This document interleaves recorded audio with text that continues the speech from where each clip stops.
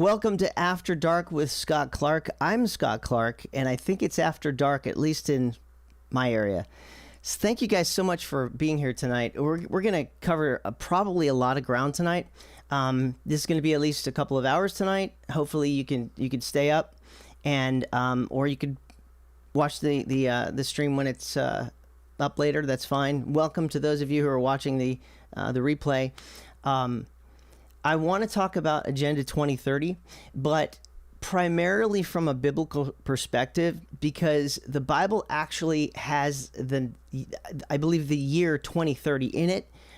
When you put together certain patterns in Scripture, Scripture has a lot of patterns. It has types and shadows. It has micro patterns that end up being macro patterns. And I just produced a video called The Silver Key, which we're going to go over a little bit tonight. Matter of fact, I'm just going to play it. It's only about 20 minutes or so. And then after that, I'm going to open it up live for you. Basically, just going to show it, and then we're going to talk about it, and I'm going to go into it. I'm going to answer your questions, so feel free to get some questions in your head. Hopefully you can pay attention to the video. It is a scholarly work. It's not necessarily something that you can... Probably not going to digest it if you don't pay attention, so hopefully you can pay attention to it. And then we're going to talk about it probably for the next hour and a half, or maybe even more. We might even go long, because there is a ton to talk about God's timeline and how it looks like things are ramping up. Everybody knows that the world is kind of in this tumultuous place. We know that the elites, the World Economic Forum, the United Nations, they've been talking about this Agenda 2030, right? Of basically, you will own nothing and be happy. But there's biometrics technology. People are starting to talk about taking the mark of the beast. There's these vaccines that have only been dangerous to people. There's a lot going on. We're living in a technocracy, meaning that there are elites that are using technology, including AI, and it's leading up to... So we're not quite there, but people can kind of sense we're going somewhere, and it doesn't look good, right? But the Bible actually, my strength is cross-referencing a Bible and seeing patterns in it. Those of you who have been subscribed to me for a long time, I've been doing this channel for 17 years now. Also, my members, those of you who are channel members, you've got some of the really deep stuff, right? Like, I just open it up in our discussions and our live streams in our members. If you and by the way, if anybody is interested, click the join button and join. There's a lot more of this, what you're going to see tonight, in the members only area. So there's a membership available if you choose to get more of this, and you're not going to get it anywhere else. I would love to find other podcasters that can talk about these things, but I've recognized I have had discussions with certain people, and I kind of go over their head, like they just can't hang because they're stuck in these old Christian ideas, and they haven't leveled up to understand what the Bible is actually doing, which I show, and I show how it works in the Bible, and I prove everything I say with the cross-referencing the Bible, which is why I have my members are, they could attest to that. So I'm not trying to make anything up. We're going to talk about some timeline things tonight. We're going to talk about some dates. We're going to talk about 2030. We're going to talk about 2033. We're going to talk about 2026 right now. But I'm not date setting. This is not about telling you like that, you're going to get raptured or something like that. This is literally the Bible tells the future. The reason why Genesis and Numbers and Chronicles, it goes through the chronology of all of the from Abraham all the way to Christ. There's a chronology in the Bible that you can literally follow, and you can know the timeline. So-and-so was born at this date, and he gave birth to his son on this date, and he gave birth to his son on this date. And when you add the whole thing up, you have a timeline, and you know where everything happened on a long timeline. And we live in a 7,000-year timeline, and we're just about at the end of 6,000 years right now. We're going to show you that right after I show you the video. I'm going to show you the timeline that you live in, and you probably have not seen this on anyone else's channel. I put together, in the last 7 months, I put together an absolutely epic, massive timeline, only based on the Bible, only based on the numbers that are in the Bible, and it's given me and my viewers a ton of information about what happened, when it happened, who it happened to, and what's coming next. And that's the benefit of being here and subscribing to the channel. Those of you who are watching right now, you haven't hit the like button, please do that. It helps out the channel. That's the least you can do. I also want to say thank you to Philip61. Michael is a member, and he just gave in a super, and I really appreciate that. Thank you, Michael. Super chats, obviously, will get attention towards your questions tonight, as all podcasters do. So, we're going to talk about the timeline. We're going to talk about 2030. We're going to talk about 2026. I'm going to show you what's going on. Angela Zapp's in the house with the 10. Thank you so much. All blessings, Scott. Great wisdom. Thank you, Angela. I really appreciate that. And feel free when you super, you can ask a question too. So get something back. Knowledge, information. Dig in and I'll answer. So thank you guys so much. I appreciate the love. The Bible's got a timeline in it. And I've put it together the best that I can. You know, chew the meat, spit out the bones. You may not agree with everything I say. That's fine. This is not dogma. This is not a religion. I'm not doing that. I'm just showing you what's there so that I'm presenting it. I'm putting it on the table for you. And you could say, that's amazing. I never saw that before. I disagree with this. And that I don't like, whatever. But I really think that everything I give you is gold. That's what I do, because I'm a perfectionist. That's what I do. So let me just, before I show this short presentation that we're going to talk about tonight, let me show you this. This is what we're going to basically talk about tonight. The Bible has the number 2030 in it, which is only like 4 years away. Okay? Here we go. This right here. This is what we're going to see in the video I'm about to play.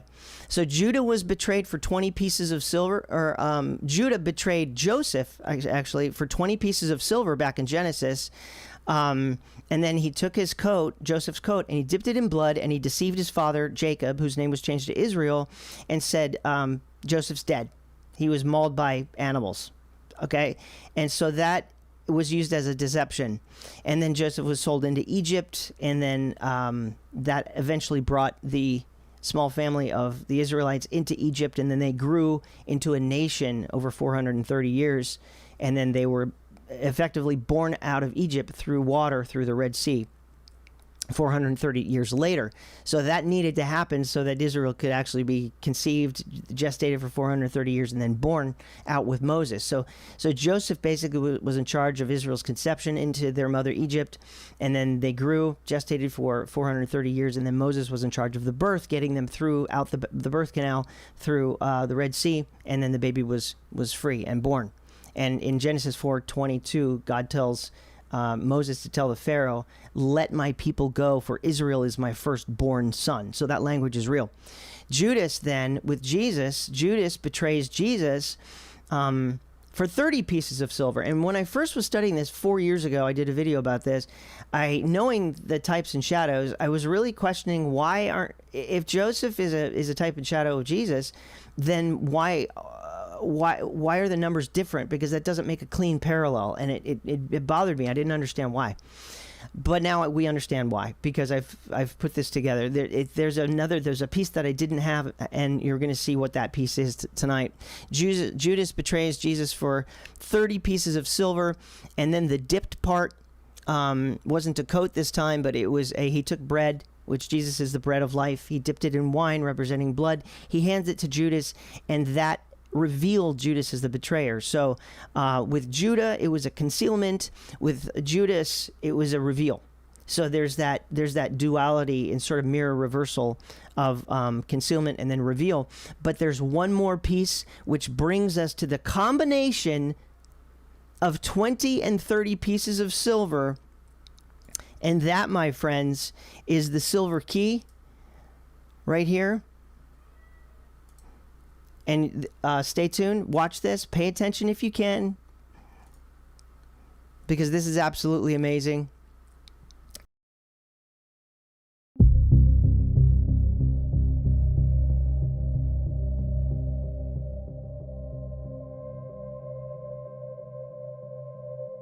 What if one of the clearest clues to when Jesus Christ will return to earth has been hiding in two familiar Bible stories?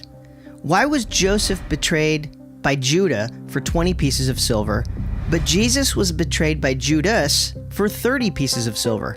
Why were both stories marked by betrayal, blood, silver, and something being dipped? Why is Judas called the son of perdition? And why does Paul use that same title for the final man of sin who is revealed before the coming of Christ? Could the difference between 20 and 30 be the key? Could those two silver amounts point us directly to 2030? Not as the return of Christ, but as the revealing of the final betrayer before the return of Jesus Christ. In this study, we're going to follow the silver key from Joseph to Jesus and to the final son of perdition. And by the end, you may never read those 30 pieces of silver the same way again. Hi, my name's Scott Clark, and if you just take a moment to like this and follow me, I'd very much appreciate it. And while we're studying, think of someone to share this with. This is the silver key. There are some patterns in Scripture that do not reveal themselves all at once. You see one piece, and then another, and then another. And at first, the pieces seem related, but incomplete. That's how this study began. 4 years ago, I did a study on the silver pieces relating to Joseph and then Jesus. The numbers are stunning. They equal 20 and 30. But I didn't have the full picture. But now I think I do. This is that study. Joseph was betrayed by Judah for 20 pieces of silver. Jesus was betrayed by Judas for 30 pieces of silver. Both stories involved betrayal. Both involved silver. Both involved blood. Both involved something being dipped. Both involved a beloved son being delivered into the hands of wicked men. But there was one question that remained. Why are the amounts different? If Joseph was a picture of Christ, then why was Joseph sold for 20 pieces of silver, but Jesus for 30? Why not the same amount? Was the difference random? Was it only historical? Or was the difference itself the clue? That question may be the silver key. Joseph, the beloved son betrayed by Judah. The first picture begins with Joseph. Joseph was loved by his father. Joseph had dreams of future rule. Joseph was hated by his brethren, and Joseph was betrayed by his brother Judah. Genesis 37:26-28, King James says, "And Judah said unto his brethren, What profit is it if we slay our brother and conceal his blood? Come, let us sell him to the Ishmaelites, and let not our hand be upon him, for he is our brother and our flesh." And his brethren were content. Then there passed by Midianites, merchantmen, and they drew and lifted up Joseph out of the pit, and sold Joseph to the Ishmaelites for 20 pieces of silver. And then they brought Joseph into Egypt. Notice the language. Judah says, "What profit is it?" Joseph is sold for silver. The beloved son is delivered up by his own brethren. Then comes the blood sign. Genesis 37:31 says, "And they took Joseph's coat and killed a kid of the goats and dipped the coat in blood." So the first pattern is clear. Judah, betrayal, 20 pieces of silver, a beloved son, a garment dipped in blood. But in Joseph's case, the dipped garment is used to hide the truth. It conceals the betrayal. Joseph's brethren used the blood-dipped coat to make Jacob believe that Joseph, his beloved son, is dead. So the first dipped garment becomes a false report. The beloved son is alive, but the father is shown a bloody garment and believes he's dead. Then we come to Jesus. And the pattern returns, only now Judah becomes Judas. Judas is the Greek form of Judah, and that matters, because the betrayal pattern does not move away from Judah. It intensifies through Judas. Matthew 26:14 and 15. Then one of the 12, called Judas Iscariot, went unto the chief priests, and said unto them, What will ye give me? And I will deliver him unto you. And they covenanted with him for 30 pieces of silver. Again, we have silver. Again, we have betrayal. Again, the beloved Son is delivered into the hands of wicked men. But this time, the amount is not 20. It's 30. Why? That question waits. Then Jesus exposes the betrayer through another dipped sign. John 13:26 and 27. Jesus answered, He it is to whom I shall give a sop when I have dipped it. And when he had dipped the sop, he gave it to Judas Iscariot, the son of Simon. And after the sop, Satan entered into him. Then said Jesus unto him, That thou doest, do quickly. This is where the pattern becomes stunning. In Genesis, the dipped garment concealed the betrayal. In John, the dipped sop reveals the betrayer. The first dipping hides, the second dipping exposes. Joseph's coat was dipped in blood. Jesus dips the sop and hands it to Judas. And after the sop, Satan enters into him. This is not ordinary betrayal anymore. This is satanic betrayal. Judas becomes the vessel through which Satan himself moves against Christ. But the dipped sop does more than identify Judas. It also points to Jesus. A sop is bread dipped. And in the supper context, the symbols are already established. Bread represents Christ's body. Luke 22:19. And he took bread and gave thanks and brake it and gave unto them, saying, This is my body, which is given for you. This do in remembrance of me. Jesus is the bread. John 6:35. And Jesus said unto them, I am the bread of life. He that cometh to me shall never hunger, and that believeth on me shall never thirst. Wine represents blood. Luke 22:20. Likewise, also the cup after supper, saying, This cup is the New Testament in my blood, which is shed for you. So the dipped sop is more than a dinner detail. It's bread dipped in wine, body dipped in blood, the bread of life marked by blood. At the table, the dipped bread reveals the betrayer. At the return, the dipped vesture reveals the betrayed king. Revelation 19:13. And he was clothed with a vesture dipped in blood, and his name was called the Word of God. There is the full circle. Joseph's coat dipped in blood, Jesus' sop dipped at supper, Christ's vesture dipped in blood at his return. The coat concealed the betrayal, the sop revealed the betrayer, the vesture reveals the king. But there's one title that unlocks the whole study. Jesus calls Judas the son of perdition. John 17:12. While I was with them in the world, I kept them in thy name, and none of them is lost, but the son of perdition, that the scripture might be fulfilled. That title is rare, but Paul uses it, not for Judas historically, but for the final man of sin in the future 70th week. 2 Thessalonians 2:3 and 4.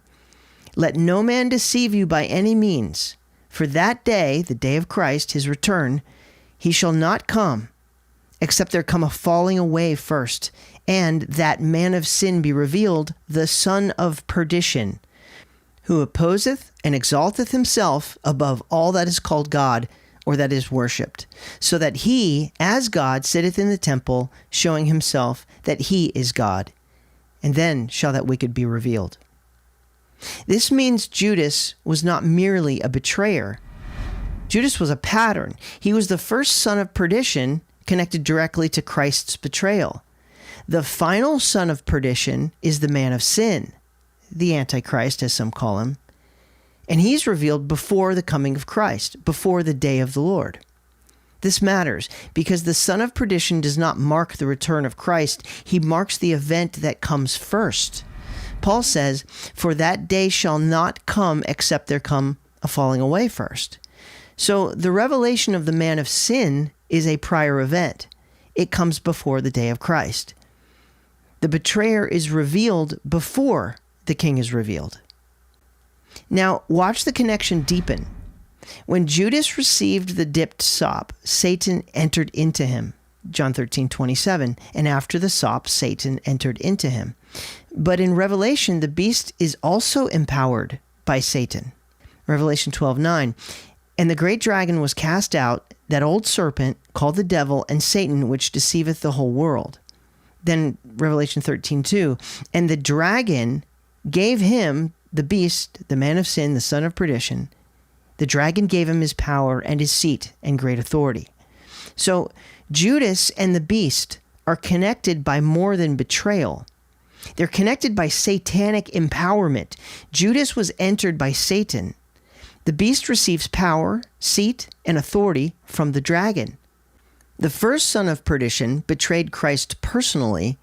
The final son of perdition betrays Christ publicly. The first worked through one man at a supper. The final works through a kingdom, a beast, a temple claim, and a strong delusion. Now we come back to the question, why 20 silver for Joseph? Why 30 silver for Jesus? At first, the difference seems to prevent a clean parallel, which is what I thought at first. But what if the difference is the point? Joseph gives us the 20, Jesus gives us the 30. Together, they form the silver key, the key to this whole thing. 20 and 30. 2030. Not as a loose number game, not as a date pulled from nowhere, but as a confirming marker inside of a much larger timeline. Because according to the framework we've been building, the final 70th week runs toward terminus 2033, with Christ's return after 2 days from AD 33. This is how it works. Hosea 6:1 and 2. Come and let us return unto the Lord, for he hath torn, and he will heal us. After 2 days he will revive us, and in the third day he will raise us up, and we shall live in his sight. This pertains to Israelites, and when they'll be resurrected from the dead to rule and reign with Christ for 1,000 years. After 2 days. 2 days. Yes. But the scale is given through Peter. 2 Peter 3:8 says, But beloved, be not ignorant of this one thing, that one day is with the Lord as 1,000 years, and 1,000 years as 1 day. And when Peter said, But beloved, be not ignorant of this one thing, that's a reminder. His audience were Hebrew disciples. His audience were Israelites, and they should have known from the temple worship, from synagogue, they should have known the Psalms. Psalm 90 verse 4 says, For 1,000 years in thy sight, their God, are but as yesterday when it's past, and as a watch in the night. This is what Peter was pointing to, the Psalm. A day with the Lord is 1,000 years. So, from AD 33, the year that Christ died, was buried, and rose again, 2 prophetic days point to AD 2033. That places the final week before the return, the 70th week. And if the final week is moving towards the fall of 2033, then the middle of that week lands in 2030. 6 months different, that's the spring of 2030. That is exactly where Paul places the revealing of the man of sin, the son of perdition, at the great betrayal point, when actually a covenant of peace is also broken. A 7-year covenant, and that's in Daniel 9:27. And he, this same beast, he shall confirm the covenant with many for 1 week.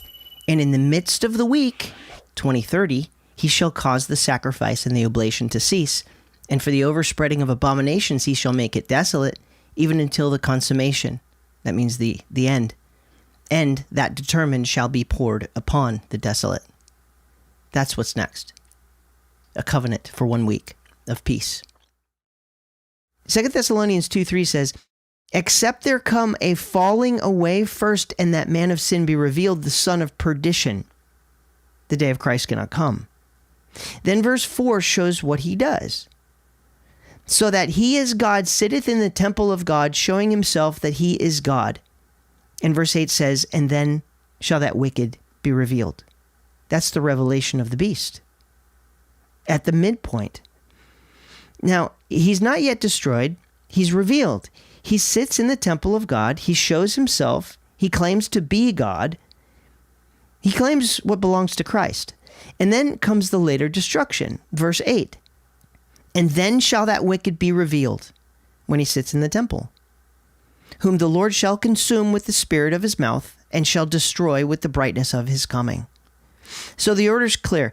The son of perdition is revealed first, halfway into the 70th week, and then Christ destroys him at his coming at the end of the 70th week. That means 2030 is not the return of Christ. 2030 is the unveiling of the betrayer 3.5 years prior to the coming of Christ. The numbers are 2030 and 2033.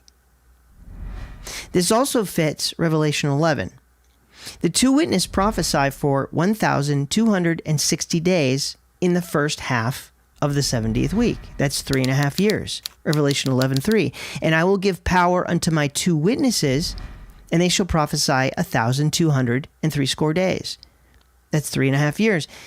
And when their testimony is finished, the beast makes war against them. Revelation 11:7.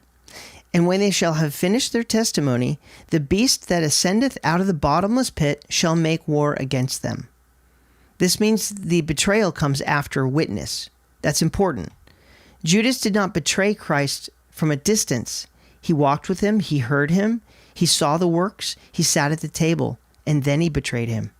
Likewise, in the final week, the Israelites will hear the testimony of God's two witnesses. They will be warned. They will be shown the truth.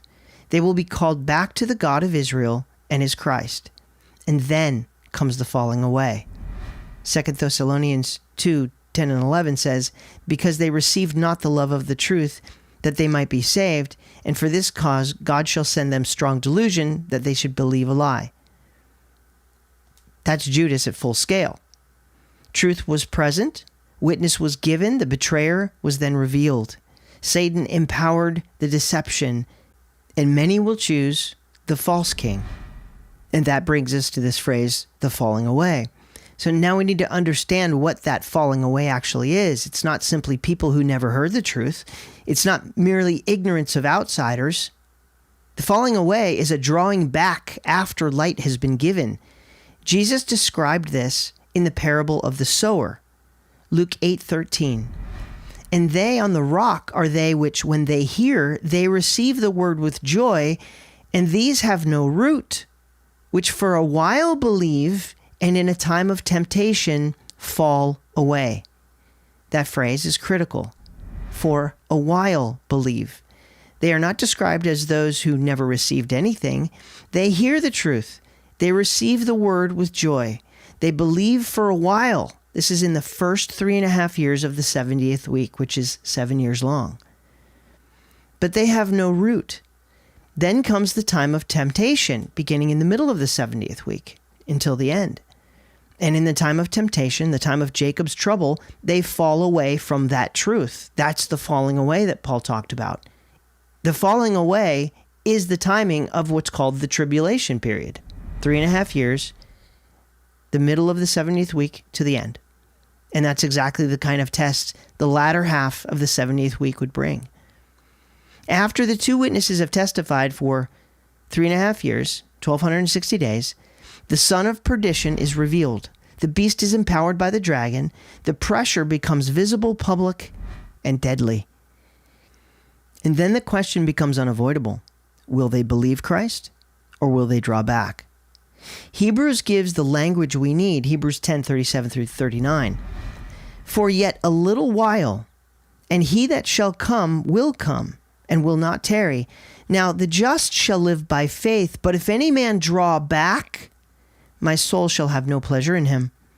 But we are not them who draw back unto perdition, but of them that believe to the saving of the soul. That phrase, draw back unto perdition, locks into this study perfectly. Judas was the son of perdition. The final man of sin is the son of perdition.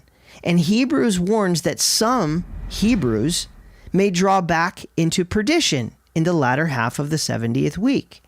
after the son of perdition is revealed. So perdition is not only attached to the final betrayer, it also becomes the destination of those who join his rebellion. The son of perdition is revealed, and then many draw back unto perdition. That is the falling away. Perdition means total destruction. And Hebrews places this warning in the context of endurance. For yet a little while, and he that shall come will come and will not tarry. The faithful must live by faith during that 3.5 years until he comes, and even die unto that faith. But the fearful and rootless and the deceived draw back. That means that the latter half of the week becomes a loyalty test. Not merely do you believe something privately, but will you endure publicly? Will you refuse the lie? Will you reject the beast? Will you remain faithful to Christ when the son of perdition is sitting in the temple showing that he himself is God?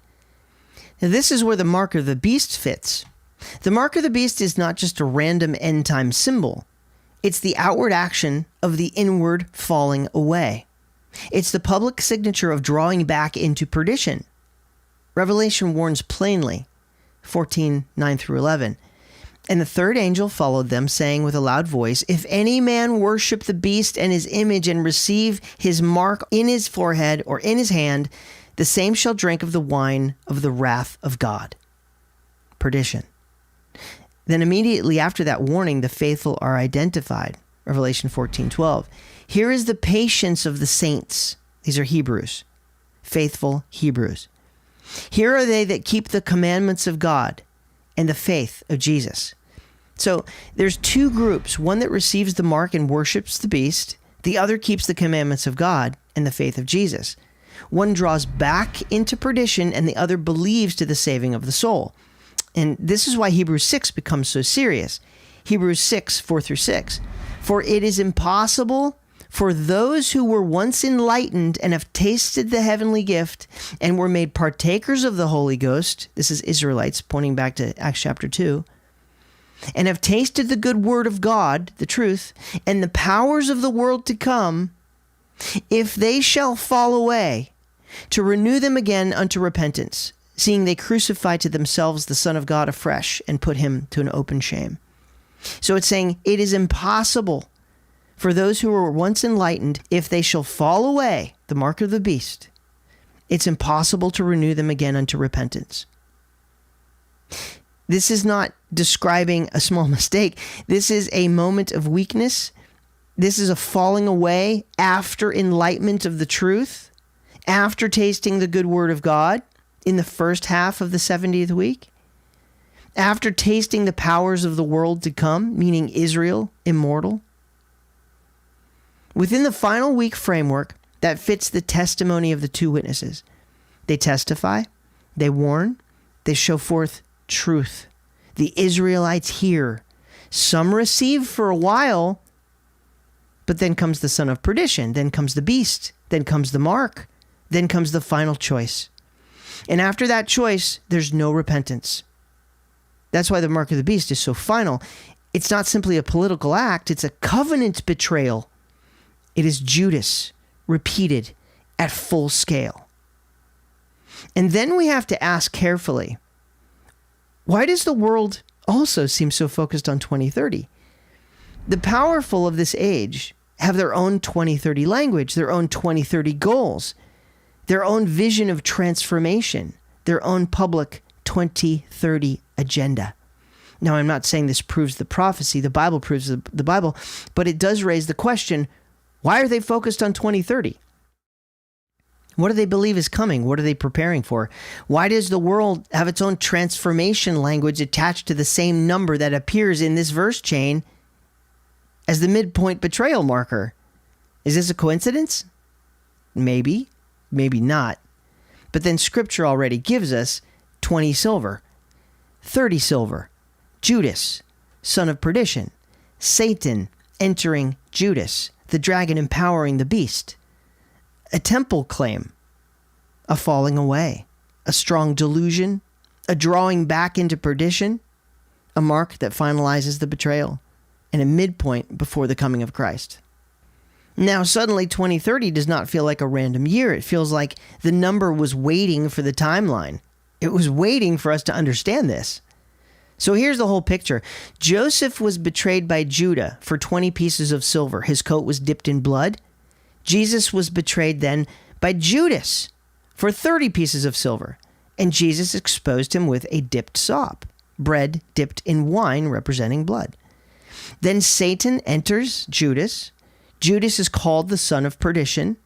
And then Paul says that the final man of sin is also the son of perdition. That man sits in the temple of God, showing himself that he is God, falsely. And then Revelation says that the dragon gives the beast his power, his seat, and great authority. Luke says some receive the word with joy and believe for a while, but in a time of temptation fall away. Hebrews says some draw back into perdition. They fall away. Hebrews also warns that after their enlightenment, knowing the truth, if they fall away, they cannot be renewed again unto repentance. After that, they cannot repent. There's no forgiveness for that. And Revelation shows the final outward act, receiving the mark of the beast. And according to the timeline, the midpoint of the final week lands at 2030. So why were the silver amounts different? Because they were not merely meant to match. They were meant to combine 20 and 30, 2030. The silver key does not point first to Christ's return. It points to the revealing of the final Judas. The betrayer comes first. The falling away comes first. The mark comes first.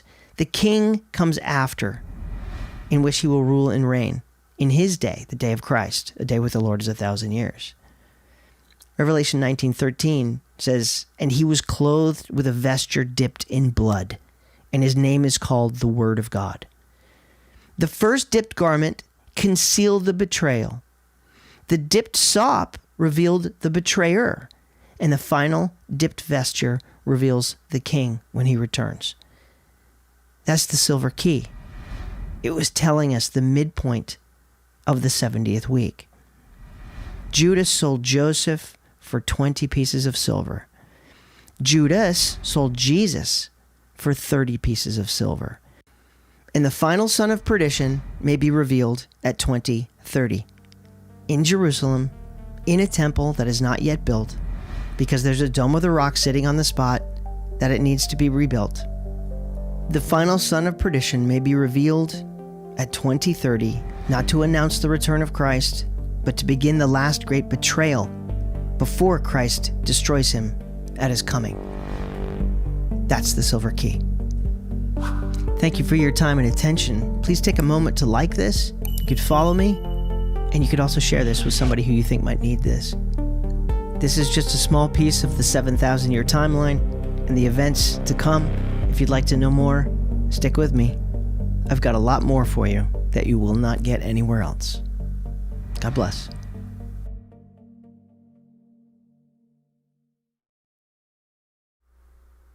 All right, you guys, thanks so much for hanging with that.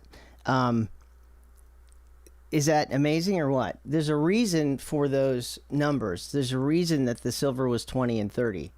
And the connection is first, Joseph is betrayed for 20, and then Jesus is betrayed for 30. They don't match. They're not supposed to match. They're meant as a pattern, as a typology for us to figure this out.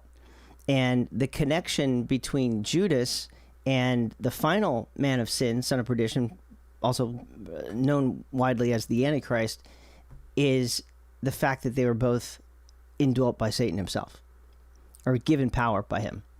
And so that's the connection. 4 years ago, I put 2/3 of this information together, but I didn't understand the key of the son of perdition part, that Judas was called the son of perdition, and he was a typology of the final man. So there's connections all the way through this with it's basically a micro and a macro pattern, Judas to the final man of sin.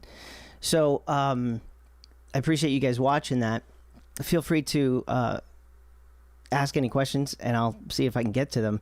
But I think I want to dive into these numbers a little bit. There's a lot that I didn't put in that production, and I wanted to explain a little bit about these numbers. Some people have asked me, how do you know that Jesus died when he was 33 years old? How do you get that number? How do you get 33? How do you get the 30 and the 33 with Jesus in the 69th week? And then, of course, that relates to the 70th week also being 2,000 years, exactly 2,000 years. As we saw, the 70th week is going to have the same numbers in it, because Hosea 6 said that Jesus is going to return after 2 days. And the key to that is that a day with the Lord is 1,000 years. Peter said it when he was pointing back to the Psalm of Psalm 90, verse 4. And so that's just literally 2,000 years. So the end numbers are going to be the same, because it's just adding 2,000. So let me dig into the I've got a whole bunch of charts up here. Let's take a look at the 69th week. If you're familiar with Daniel 9, 24 through 27, I've been teaching that for a long time on this channel. Daniel was told by the angel Gabriel that after they were in Babylon for 70 years, that they would have basically 69 weeks of years. It's 483 years until Jesus would come and he would be cut off. He would die on the cross. And all of that actually happened. But there's a gap between the 69th week and the 70th week because Jesus was cut off. And he hasn't come back yet. So that gap is, you have to fill up, you have to figure out, why. And that's Hosea. It says that he will go, return to his place seated at the right hand of the Father for 2 days. And then he'll return after 2 days. And the key to that 2 days is in the Psalm 90, verse 4. And Peter reiterated that and reminded his disciples that that's the wait time, 2,000 years. So based on when Jesus left, when he ascended to his Father in Acts chapter 1, in the presence of his disciples, it would be 2,000 years until his return. So let's take a look at that. Jonathan says, truly amazing. That's awesome. Ash says 2033. Those are the numbers. Those are the numbers. Like, I'm not a date setter. I'm not trying to date set. I'm not making anything up. What I do here is I'm showing you the verses and the history and what actually happened in the Bible, and we're just looking at those things. Yeah, I mean, you could discard this if you want. I'm not. It's about awareness. Just be aware of this, because the elites, the globalists, these are like demon-possessed psychopaths. They have a 2030 agenda. Why? Well, they're demon-possessed psychopaths. What are they looking for? They're looking for the Antichrist. They think that he's going to be their leader. 2030. That's what the patterns show. That's why they have a 2030 agenda. There, I just got to the point. But you also know, like in Freemasonry, they use the number 33 all the time because it's a highly symbolic number, 33. Why? Because, well, that was the death of Jesus Christ. But what they're not really accounting for is that was also, just 3 days later, that was also his resurrection when he became immortal, incorruptible. And that was when he had his victory over death, 33. Okay, so Jesus is a type and shadow of Israel. Israel is promised to be resurrected from the dead and be a kingdom of priests for 1,000 years with him. And that would be the typology. I'm going to show you something absolutely amazing with the number 33 and how it relates to Israel. There's a 3333 connected to that as well. If you're a member, you've already seen this. I've done this in my members-only videos in the last few days. Let's take a look at the 69th week, the week that Jesus was prophesied. Actually, I'll go through the 69 weeks briefly, and then we'll get to Christ, and then we'll take it to 2026. We'll take it to right now. I'll show you what's going to happen according to the Bible. Again, I'm not a date setter.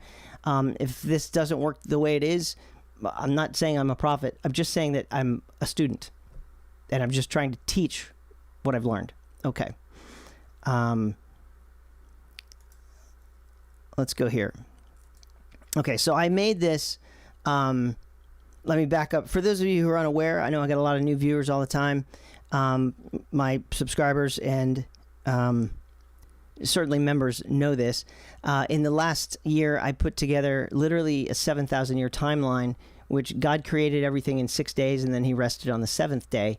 But a day with the Lord is 1,000 years. The timeline until he said that he's going to make a new earth that's without corruption is that's after 7,000 years. So what I did is I put together this, which is a 7,000 year timeline. And again, with the key being that a day with the Lord is 1,000 years. So each one of these blocks is 1,000 years long. And then what I did on top of these being 1,000 years long is I put 10 century blocks on top of each one of these. If I zoom in here, 1,000 years in thy sight are but as yesterday. One day with the Lord is 1,000 years. So I put 10 centuries on top of each millennium. And then on top of each millennium, I put decades. As you can see here, there's 10 decades. I have to manage this cursor here. There's 10 decades here. And then on top of that, in certain areas where it was necessary, I put the days, the weeks, the seasons. And the way that I have found out where everybody is because in the Bible, the reason, the areas of the Bible that people don't really read because it's boring are the parts where it's the chronologies. Matter of fact, there's a couple books that are called Chronicles, and that's chronicling the Hebrew family. But also we can see even from Adam, what I did was the way that I created this timeline is that in the Bible it tells you, Adam was born, and the word CR here means creation. So from the creation date, Adam was created around 0, obviously, and then he had his son Seth when he was 130 years old, and that Seth is born right here. And then it goes into the chronology. This is the chronology from Adam all the way to Christ. You've got Canaan and Mahalalel and Jared and Enoch. Enoch wrote a book, but it's not in the canon. Methuselah, Lamech, Noah, Shem, and the flood, and Arphaxad. The Bible has all the numbers in it, so all you have to do is add it up. And here's an interesting thing. Adam died when he was 130 years old here.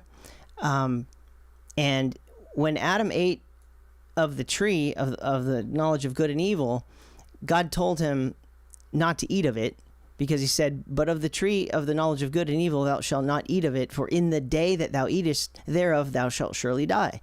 But he didn't die the same day in 24 hours, because the day with the Lord is 1,000 years, right? So Adam lived 130 years, and he begat a son named Seth, which is right here, 130 years. And all the days of Adam after he had begotten Seth were 800 years, and he begat sons and daughters. So 800 plus 130 is all the days that Adam lived were 930 years, and then he died right here. This is where Adam died.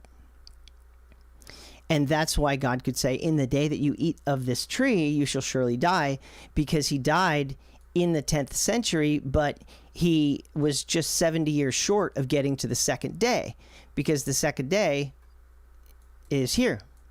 It would begin here. So that's the key.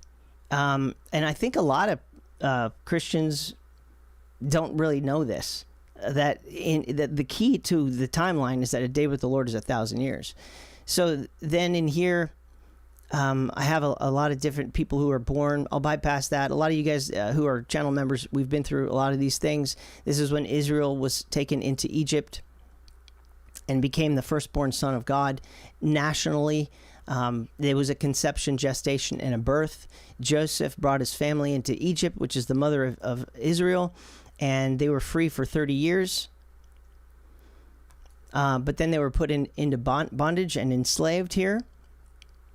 And it came to pass at the end of 430 years, even the self-same day, it came to pass that all the hosts of the Lord, the Israelites, went out of the land of Egypt, and that was their birth, right here. And I'll show you something pretty amazing with that. So based on the fact that I've taken all of the dates and the names of all these people who were born, a son was born of this person, he grew up and had a son, and then he grew up and had a son, and he grew up, and it's all in the Bible, all the numbers. So we can determine the exact year of Israel being born out of Egypt, which is here. They were born out of Egypt. Exodus 4:22 says that God says, Israel is my firstborn son. So he uses that birth language. And I was working on this timeline, and I went all the way to the end where we are over here. Again, after 2 days from Christ, he died at the end of the blue. He died in the year 4000. After 2 days, that takes you to 6000 and 6001, which is right here. We are all living in the sixth. I'll do this. We're all living in the sixth day, or the sixth millennium, and we are living in the 60th century, and we're at the end of it all. We're like right at the end, and most people have no idea where you are because they've totally deceived us and confused our calendar. No, people don't use this calendar. They don't know what's going on. We are in the 600th decade from Adam, and at the very end, when everything changes, this millennium reign that Jesus Christ is going to have, which is called the day of Christ, a day with the Lord is 1,000 years. That's 1,000 years. It's called the day of the Lord, the day of Christ. It's also the seventh day from Adam. But this is the third day here from Christ. And if we go in here,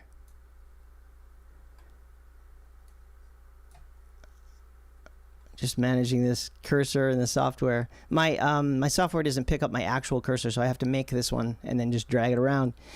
So here's the 70th week right here. Make this a little smaller. And this right here is the 70th week. The time in between the 69th and the 70th aren't counted, with the exception of the 2 days, the 2,000 years. But in the 70th week pattern of Daniel 9:24 through 27, it says 69 weeks and then one final week. This is that one final week, the 70th week. And of course, 70 times 7 is 490. That takes you to the year 6000. And the year 6000 is 2033 on the timeline. So I have two calendars here, basically. The 6000 is from Adam, counting from Adam. The 2033 is from Christ. So it's basically an Adamic calendar, which is 2033. No, let me rephrase that. An Adamic calendar, which is the year 6000, and the Christ calendar, which is 2033 right here. And then Jesus he said he'll come back after 2 days, which is after 2033. So he would come back in basically 2034 right here. And that would be 6001. So I was working on this, I don't know, a couple of weeks ago, and I just decided to calculate the years in between when Israel was born out of Egypt and when Jesus would come back after 2 days from his ascension to his Father. So I took 6001.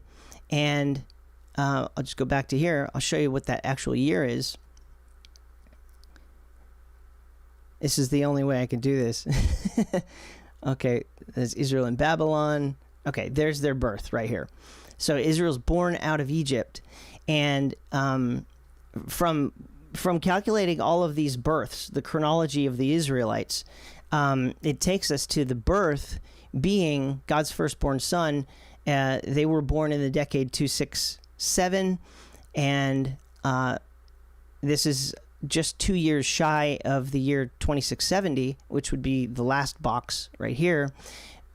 And they were born in the year 2668. That was the Exodus, and they were born in the spring. This is a vector graphics program, so I could just zoom in and in and in and in and in. And this is a massive calendar, months and months and months of work.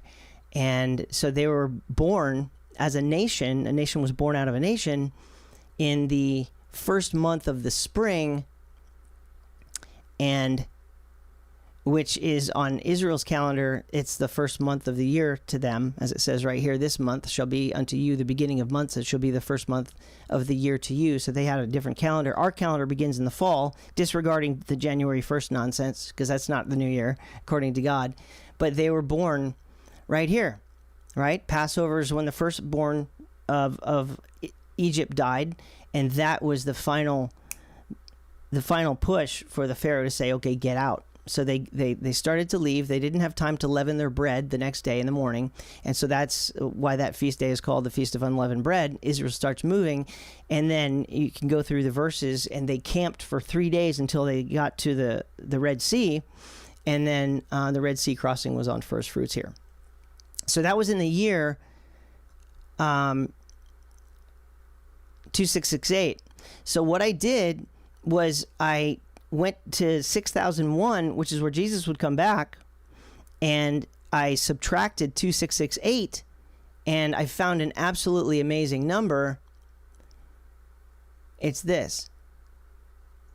6001 minus the birthday of the nation of Israel is 3333. You can't, I mean, that's 1 in a million right there. I mean, 3333 only happens obviously once in any count. If you're off, if your calendar is off even by 1 day, you're not going to get this number. So that tells me that my calendar's on, and this is absolutely amazing. And the reason why 3333 for Israel's resurrection day, when Jesus comes back and he's going to resurrect them from the dead, as is the prophecy, they're going to be born again immortal. That's also where their judgment of the sheep and goats are, which is in that presentation.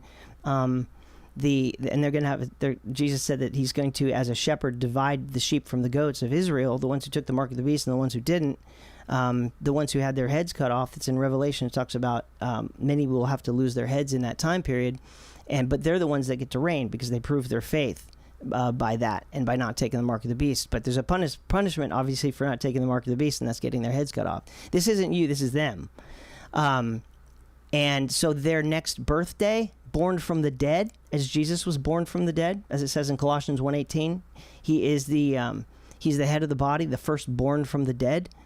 The womb, or the tomb, becomes the next womb, right? You're born once from a womb, you're born again from a tomb. And so Jesus was born from his tomb, Colossians 1:18, when he was 33.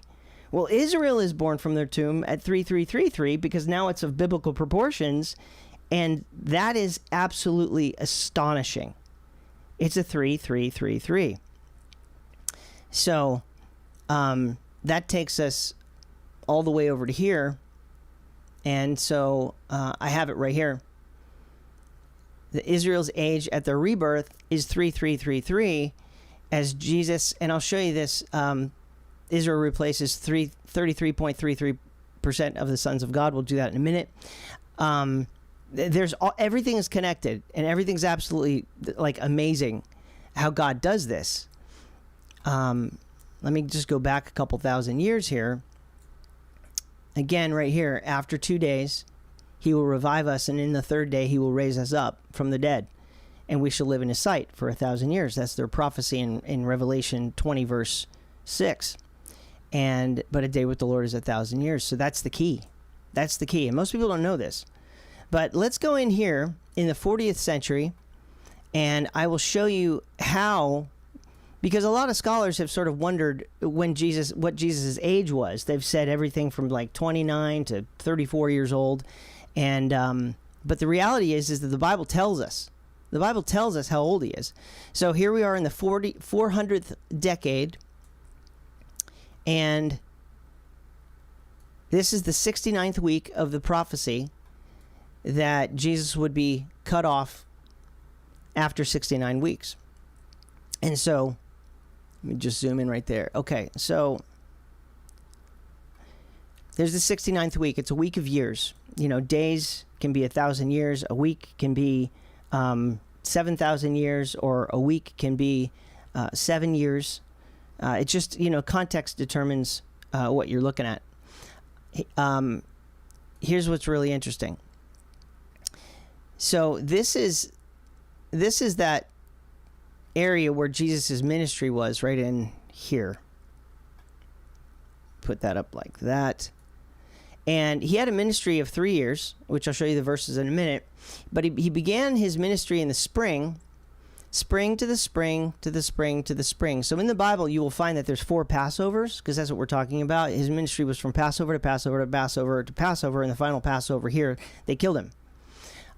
He was baptized, though, in the fall at his birthday, right here, because that's when he was born. Revelation 12 tells you there's a sign in the heavens where the sun is in Virgo, the Virgin, and the moon is at her feet. So the sun and the moon are in close proximity, and that's a new moon, which is a new month, which is one of their feast days called the Feast of Trumpets. And there's a sign in Revelation that says that the child has a scepter and he's going to be the king and he's going to rule. And it's telling you his birthday. So he was born in the fall right here. And then he took basically 6 months. And he was tempted in the wilderness for 40 days and by Satan, and he beat that temptation. And then he had to gather 12 disciples. So this went through the fall and the winter. And then he did his first ministry work at a spring wedding where he turned water to wine. And that began his 3-year ministry. So if we go up here, I'll show you the verses. Jesus' baptism right here is in Luke 3. John the Baptist is baptizing Israelites in the wilderness. And it says, it came to pass, Jesus also being baptized, and the Holy Ghost descended in a bodily shape like a dove upon him. And that's when he was anointed as the Son of God, as the King of the Jews, basically. And it says, and Jesus himself began to be about 30 years of age. Began to be, like, when do you begin to be the next number of your life? Your birthday. So began to be about 30 years of age is Jesus' birthday. And just a quick little thing, the word about in the English, obviously this is English translated from Greek. And I looked into this word about because I've studied a lot of numbers. Obviously, I've studied thousands and thousands of numbers. And the word about makes us think of, it's roughly 30 years. He could have been 35, whatever. No, it doesn't actually mean that. The actual Greek word for the word about is the same word as though you're comparing something. This is as that. This is likened to this. This is as that, meaning like this is the same as that. So it's much more definitive. And I could show, I won't go into that now because it'll kind of take me off track. But the fact is that the word about is not really the way that we might use it, like, a give or take situation. It actually means as. So Jesus himself began to be as a 30-year-old. That's what it means. And so this is telling us that began to be means that he began to be this number, 30 years of age. That's his birthday. So that was in the fall, and we know that his birthday was on the Feast of Trumpets, not Christmas, based on Revelation 12. And then he goes and he says, he preaches in a synagogue, and he says, the Spirit of the Lord is upon me. And he reads Isaiah 42. And, of course, this is Luke 3 and then Luke 4, so that happened after the Holy Ghost descended upon him. The Spirit of the Lord is upon me. And it's to preach the acceptable year of the Lord, which is in Isaiah 61, 1 and 2.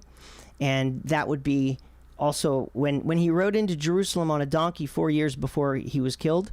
That was the year he was supposed to be accepted by his family. But they didn't. They yelled, crucify, and they discarded him. But during that 3 years, he was preaching that was him. He was fulfilling all the prophecies about himself. And then in Luke 13, in a parable, Jesus says, these 3 years I come seeking fruit on this fig tree, and I find none. Cut it down. These 3 years is his ministry. He's 30 years old, and then he has a ministry of 3 years. That's 33. In his ministry, he was seeking fruit, which is faith. He was looking for faith in his family during that time period. The fig tree is representative of his family at the time. Likened to the fig tree is what Adam and Eve ate. They ate of a fig tree. I know people think it's an apple. It's not an apple. It was a fig tree because immediately in the middle of the garden, Adam and Eve ate of this is in Genesis, I think, 2. They ate of the fig tree, and then they changed from sinless to sinful, and then they felt shame because then they recognized they were naked, and they took leaves off of that same tree. And in Genesis 2, it says that they took fig leaves and sewed them together and made garments for themselves to cover their shame. So the tree that they ate was a fig tree, which is sweet. It's got sugar in it, and that's likened to temptation. And so he likens the Israelites as being this sinful tree, a fig tree. In the future, they're going to be an olive tree, which Paul talks about in Romans 11. Gosh, I could just go on and on about different things, but I'll try to stay on track here. And olive is much more gourmet of a flavor, and it doesn't have sugar in it, and so that's likened to. And also, olive oil is flammable, and that's what they would put in their menorahs, in their candlesticks, and it would bring light.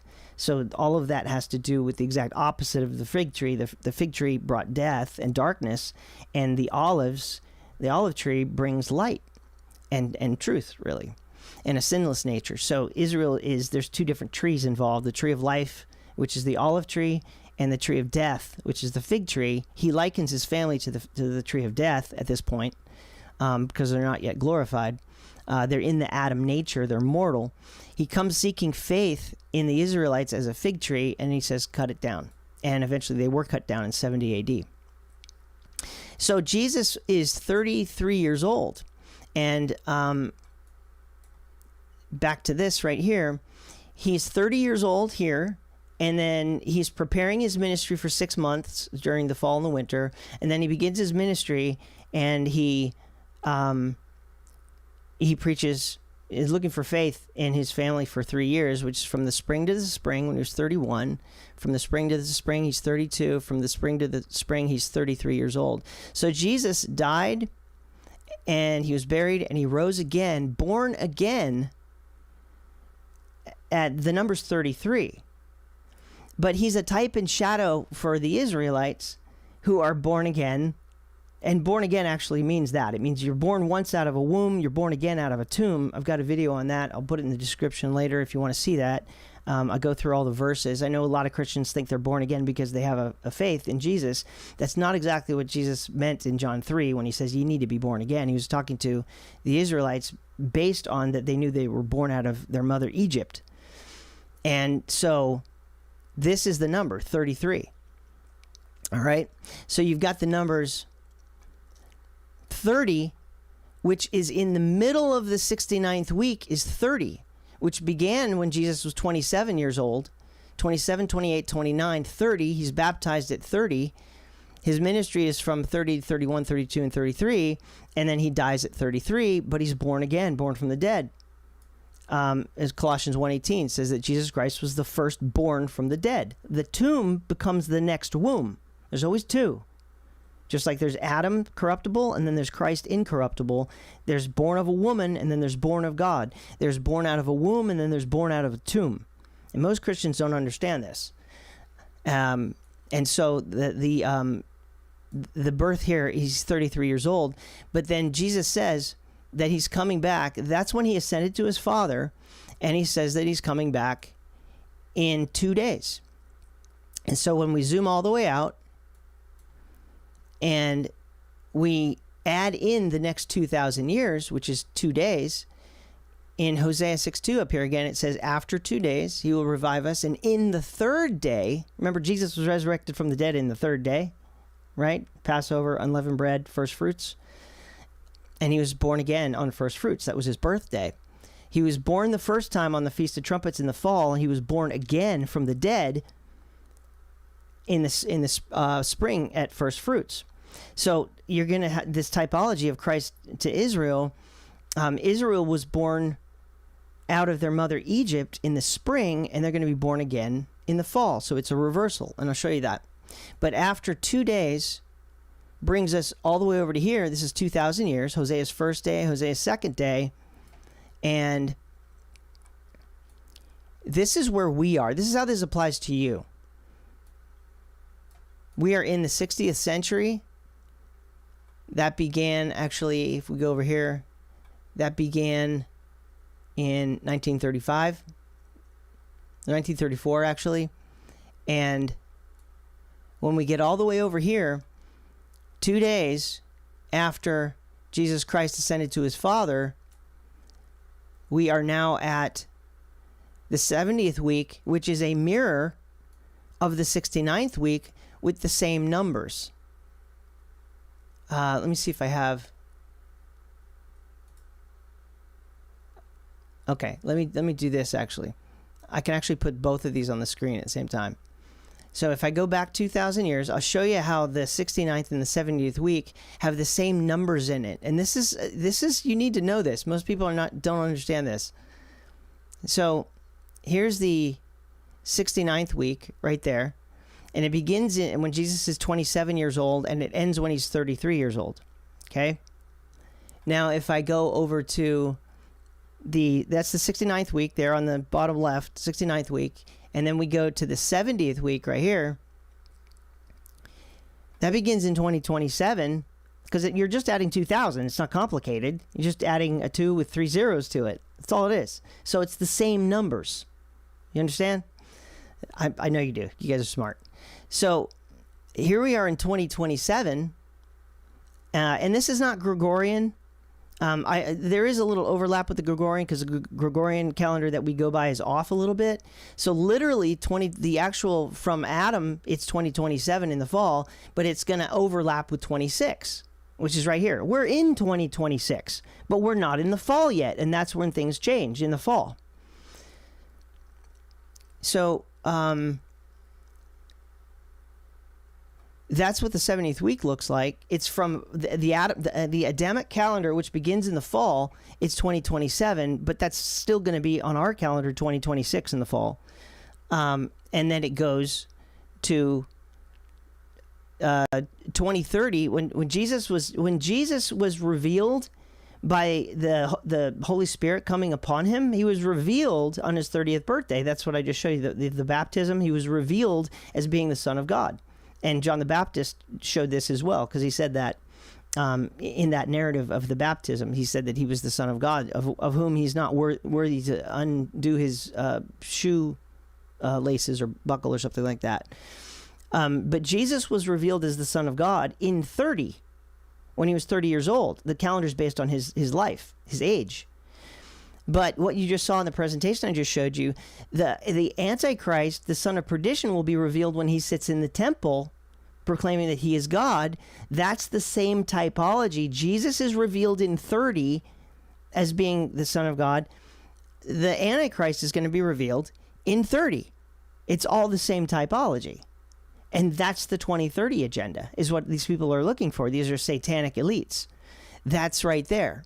And that's when the test begins to happen for the Israelites, and the mark of the beast happens in there.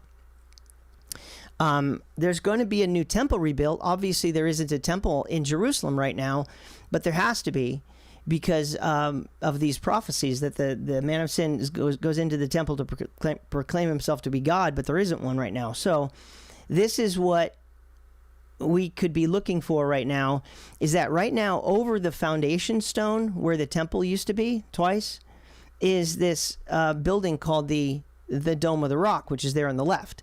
And I have it sort of falling apart and burning. I don't know how it's going to be removed, but it has to be removed because a temple has to be built on that same location. And I know that some people say that a temple could be built down the street or next to it or something like that. That's not true, because the Antichrist has to go in the temple and declare himself to God, declare himself to be God, because he wants to sit on that rock. That's the rock, the foundation stone. That's the key to the whole thing. That's the center of power. And that the Dome of the Rock is on top of it. They can't build the temple anywhere else. That's just not possible. So, and this has been an absolute impossibility politically for anybody to do anything about the Dome of the Rock. But right now, Trump is trying to make a way for there to be this peace agreement. He's going around the world making peace agreements with all these different nations, and that's Daniel 9:27. It says that he will confirm, not Trump, but it's the man of sin, actually. He will confirm the covenant with many for 1 week. And that's really important. I should probably show that to you. For some of you who are not familiar with this, I eat, breathe, and sleep this stuff, so I'm very familiar with it, but I know that there's a lot of people who are kind of new to these things, and that's fine. Let me do this. Okay. Transition. All right. So, this is that prophecy that we're talking about, if anybody's unfamiliar with it. And let me just read the whole thing, because it's really important. This is the key. Right at the top, the angel Gabriel, when the Israelites are in Babylon, they had been taken captive, and there was no temple in Jerusalem. Jerusalem was a wasteland. It was wiped out by the Babylonians at the beginning of this 70-year period. And then Israel was taken captive for 70 years. But then they were released. And right before their release, the angel Gabriel comes to Daniel in Babylon and says this. Daniel was praying, and Gabriel comes and says, "At the beginning of thy supplications, the commandment came forth, and I am come to show thee For thou art greatly beloved, Daniel, therefore understand the matter and consider the vision. So he's given this vision, and he says this, and this is what we're studying. This is the timeline that everyone needs to be aware of, and I don't think enough people are, which is why I'm doing this. Gabriel tells Daniel 70 weeks, that's weeks of years, are determined upon thy people, the Israelites, and upon thy holy city, Jerusalem, to finish the transgression, the Israel's transgression against their God. Which is why they were taken captive in Babylon. In Babylon anyway, their God is punishing them over and over and over. They're punished for transgressing against him. And 70 weeks are determined to finish the transgression, to make an end of sins, their sins, not yours, and to make reconciliation for their iniquities against him, and to bring in everlasting righteousness. So that only happens with resurrection and immortality. That's when righteousness comes. You can't be righteous in this body, in Adam's flesh. They have to be in Christ's flesh. Christ has a new body. It's called the new man. It's called the body of Christ. It's named after him. That's the immortal flesh. There's two kinds of mankind. There's the mortal flesh, Adam, and there's the immortal flesh, Christ. And so there's this prophecy, Israel's going to be resurrected from the dead to be in the body of Christ. That body of Christ, that's a name for the immortal body that Jesus came out of his tomb with when he was born from the dead, Colossians 1:18. So that's what that means, to bring in everlasting righteousness. That's saying 70 weeks are determined until your resurrection from the dead, when you'll be righteous, everlasting. And to seal up the vision and the prophecy, and to anoint the most holy, right? So at the end of 70 weeks, which is 6001 in the timeline, 2034, or at the end of 2033, that's when Jesus Christ returns, and he's anointed as the most holy of Israel.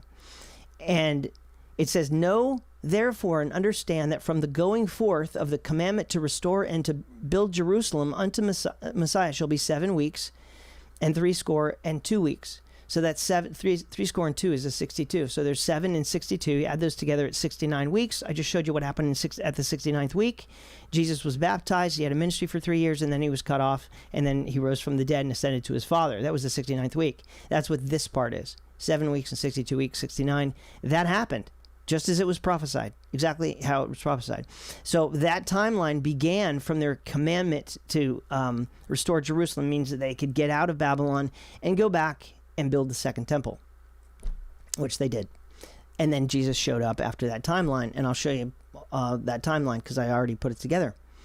And he says, the street shall be built again, and the wall even in troublous times. So this building part right here, build Jerusalem, the street, the wall, and including the temple as well, that was the 7 weeks part right here. And then the 62 weeks, the 62 weeks was just a waiting period after that. There was a 7, and then there was a 62. Add those together, Jesus comes, and then he's cut off. That's what it says next. And after 62 weeks, which is added to the 769 weeks, Messiah shall be cut off. That was the cross. Okay, that happened, but not for himself. And what that means is he didn't die for his own sins. He didn't do anything wrong. They killed an innocent man. They killed their king who was righteous. And then this part right here is in 33 AD. And then there's a colon right here. And then it tells you in the same verse, but it's 40 years later, tells you about the destruction of Jerusalem, which was in 70 to 73 AD. And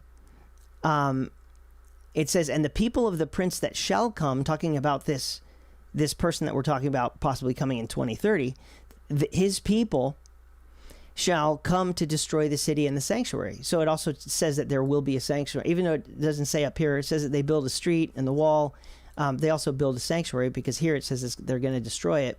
And that's what happened. Under Titus, the Romans came and destroyed the city and the sanctuary in 70 AD, 70 to 73, which was 40 years after 30 and 33 in the 69th week. You see that? And that 40 is really important as well. And that's on my timeline also. It says, and the end shall be with a flood. That's a flood of men, the armies that came. And unto the end of the war, there was a war in 70 to 73 AD. Josephus explained in his book. Desolations are determined. So Israel and Jerusalem was desolate after 73 to 74 AD. And it says that this person, this prince up here, the destroyer, he's a destroyer. Some people like to say that that's Messiah. No, that's not Jesus. The prince that shall come shall destroy the city and the sanctuary. Okay, the people of the prince. Well, that's not the Messiah. That's not this prince up here, Messiah the prince. That's capitalized, by the way. The people of Jesus built the city and the sanctuary. But it says the people of the prince that shall come shall destroy the city and the sanctuary. So that's a different people. These are Gentiles. Some people make this mistake. They think that it's the same prince in this narrative. It's not. One is capitalized, by the way. That's Jesus. One is not capitalized right here. That's the Antichrist. And his people, or Gentiles, this is basically just saying Gentiles are going to come and destroy what they built, the city and the sanctuary. And then it says that this person that's coming, likely due to the silver prophecy, he's going to confirm a covenant with many for 1 week. That's the 70th week. So up here is the end of the 69th week, which was Jesus's week. It's 7 and 62, which is 69. So after the 62 part, Jesus is cut off. And then that's added to the 769. And then, but that's not all 70, is it? The prophecy is 70. So there's a confirmation of a covenant with many. That's a peace agreement, right? Donald Trump is working on a peace agreement right now with many nations. That's what I want people to start looking for this summer and in this fall. That's the point, is that there's a peace agreement coming. Okay? Just for your awareness. I believe the Bible's true. You can do it whatever you want. I think the Bible's true. That's why I put all this time and work and energy into this. That there is a peace agreement coming. And I think Donald Trump's actually working on that. He's not the Antichrist. He's the mediator to get this thing done, though. He's a builder. It's his whole life. He's a builder. He's built countless buildings. And I think he would want to be involved in Israel being able to rebuild their temple, which has to be there for the 70th week. That's the key. If Donald Trump can get the Dome of the Rock removed from its place, I mean, anything could happen. There could be a false flag event, it's destroyed or something, and then we could have a bunch of drama around that. Or it could literally just be mediated that Israel now politically somehow has control over the West Bank and the Temple Mount, and they'll just remove it and start rebuilding. It could happen with destruction, or it could happen with just an agreement, the ability politically for the Israelites to take control over the Temple Mount and rebuild their temple. But it has to be rebuilt, and there's many verses that talk about the temple being there again. There will be another temple. And it says, in the midst of the week, this person that's coming to sit in the temple and proclaim himself to be God, he shall, in the midst of the week, shall cause the sacrifice and the oblation to cease. That tells you there's a temple there, because that's where sacrifice and oblation means worship. Sacrifice and worship, he's going to cause that to cease because he's going to have them worship him. That's the point. He's the great deceiver. And for the overspreading of abominations, that's idolatry, he shall make it, Jerusalem, desolate. And until the end, which is the consummation, which means the end, and that determined shall be poured upon the desolate. So that's what this is. There's a week of years coming, and then there's a midst of the week. Okay. There's a week coming, and then there's a midst of the week. Here's the week. The 70th week, right here. The Dome of the Rock is removed somehow. Could be destroyed, could be just dismantled. But a temple is going to be rebuilt in that blue part, year 1, 2, 3, and 4. Half of 4. That's a time of peace and safety due to a peace agreement, which is up there on that little scroll right there. That's the covenant with many for 1 week. Daniel 9:27 that I just read you. That would likely happen if all of this is the way it looks. And again, I'm not a prophet. I'm just a guy trying to put the stuff together, okay? And I'm a fallible person. This could be wrong. It's up to you to just be aware that it could be this way. All right? So look for the Dome of the Rock to be removed. I made some videos on that already. And then a temple might be rebuilt. And that right there is in the blue area. There's the temple. And it's there for 3.5 years. And then, as it says right here,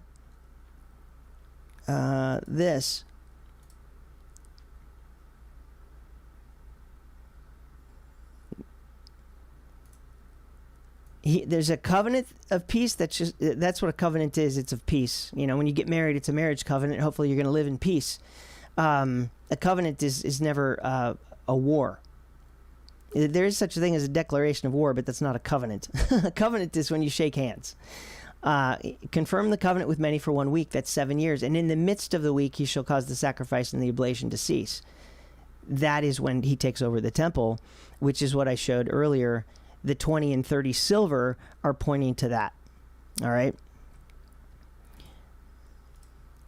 So this is the 70th week. In the blue part there, the first 3.5 years, which could begin in the fall of 2026, according to these Bible numbers. Again, I'm not a prophet. I'm just trying to figure things out. This is just by the book, according to the numbers. If it's true. If this was translated accurately, right? I'm just going by what it says, and that's all I have to work with. Okay? I'm not seeing visions or getting dreams here. This is just numbers. This is just scholarly work.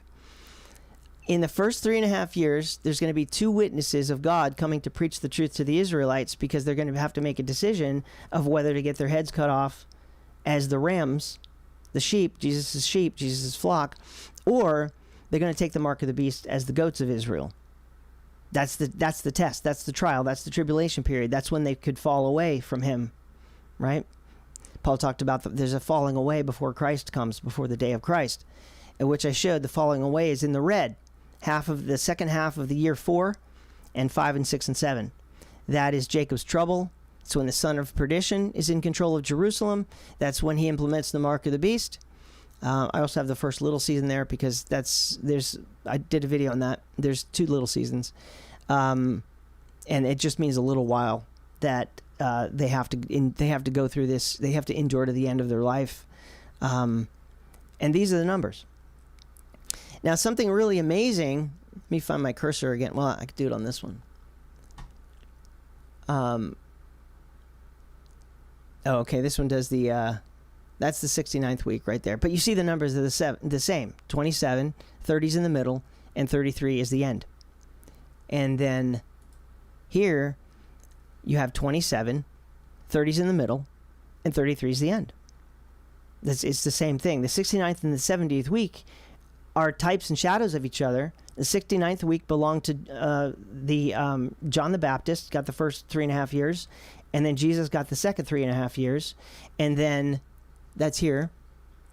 John the Baptist gets the first 3.5 years, and then he baptizes, or maybe 3 years or so. But Jesus is baptized in the.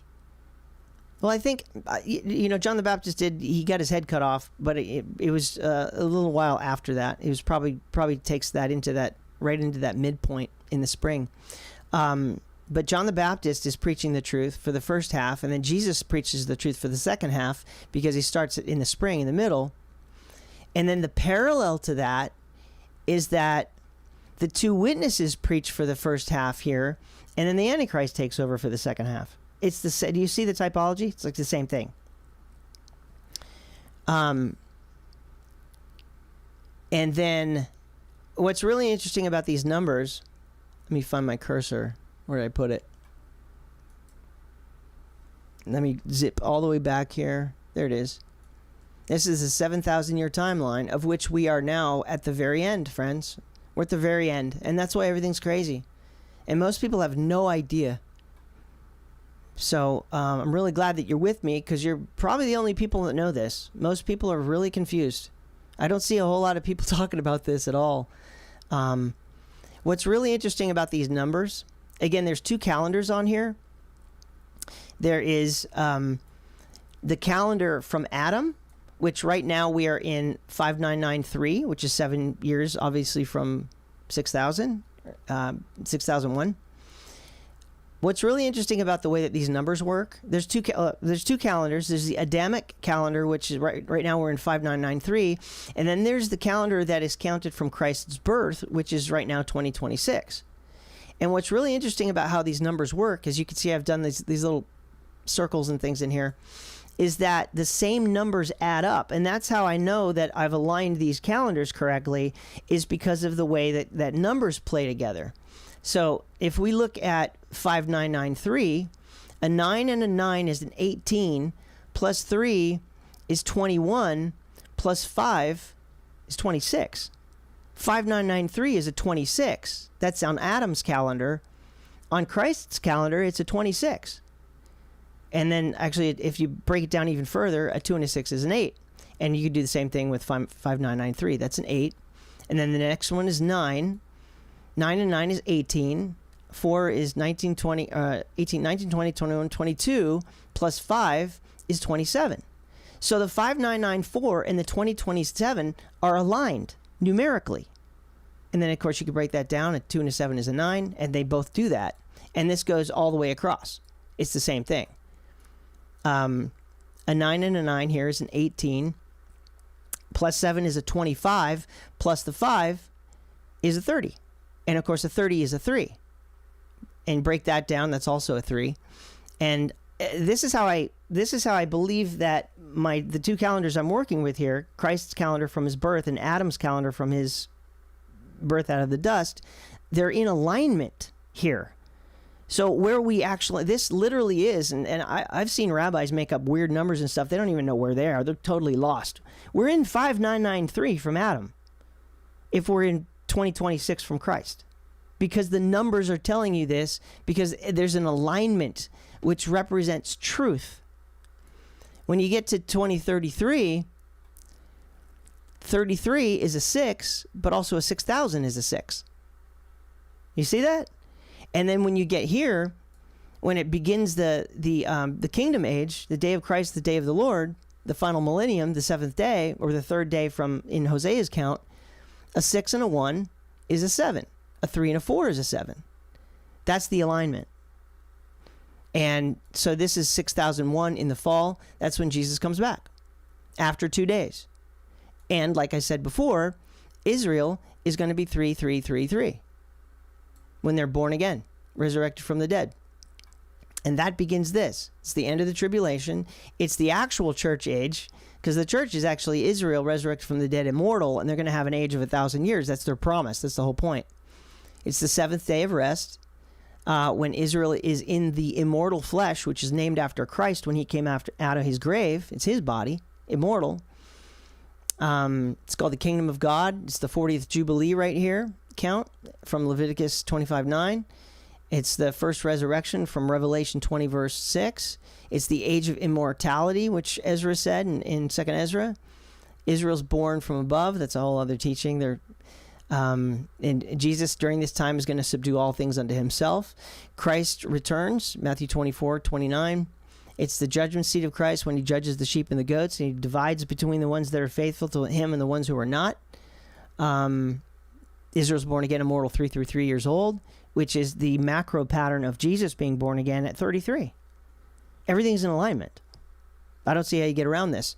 And then Leviticus 29, which is this right here. Then shalt thou cause the trumpet of the Jubilee. Jesus comes back at a trumpet blast. Then shalt thou cause the trumpet of the Jubilee to sound in the 10th day of the 7th month. In the day of atonement, you shall make the trumpet sound throughout your land. That's in the fall, the day of atonement. It comes back in the fall. Trumpets. And so this 6 and a 1 is a 7. The 3 and a 4 is a 7. This is in the 6,010th decade. A 6 and a 1 is a 7. And then this is in the 61st century. A 6 and a 1 is a 7. And then all the way back out, a day with the Lord is 1,000 years. And there's your 7. 7,000 years is at the very end right here. And this is the age, where is it? Right here. 1,000 years. Christ will be on earth, and all wickedness will be cast out. Folks, that's less than a decade away. All wickedness will be cast out. Satan will be cast out. Literally, well over 50% of your problems will be gone in 2034. That's my hope. All right?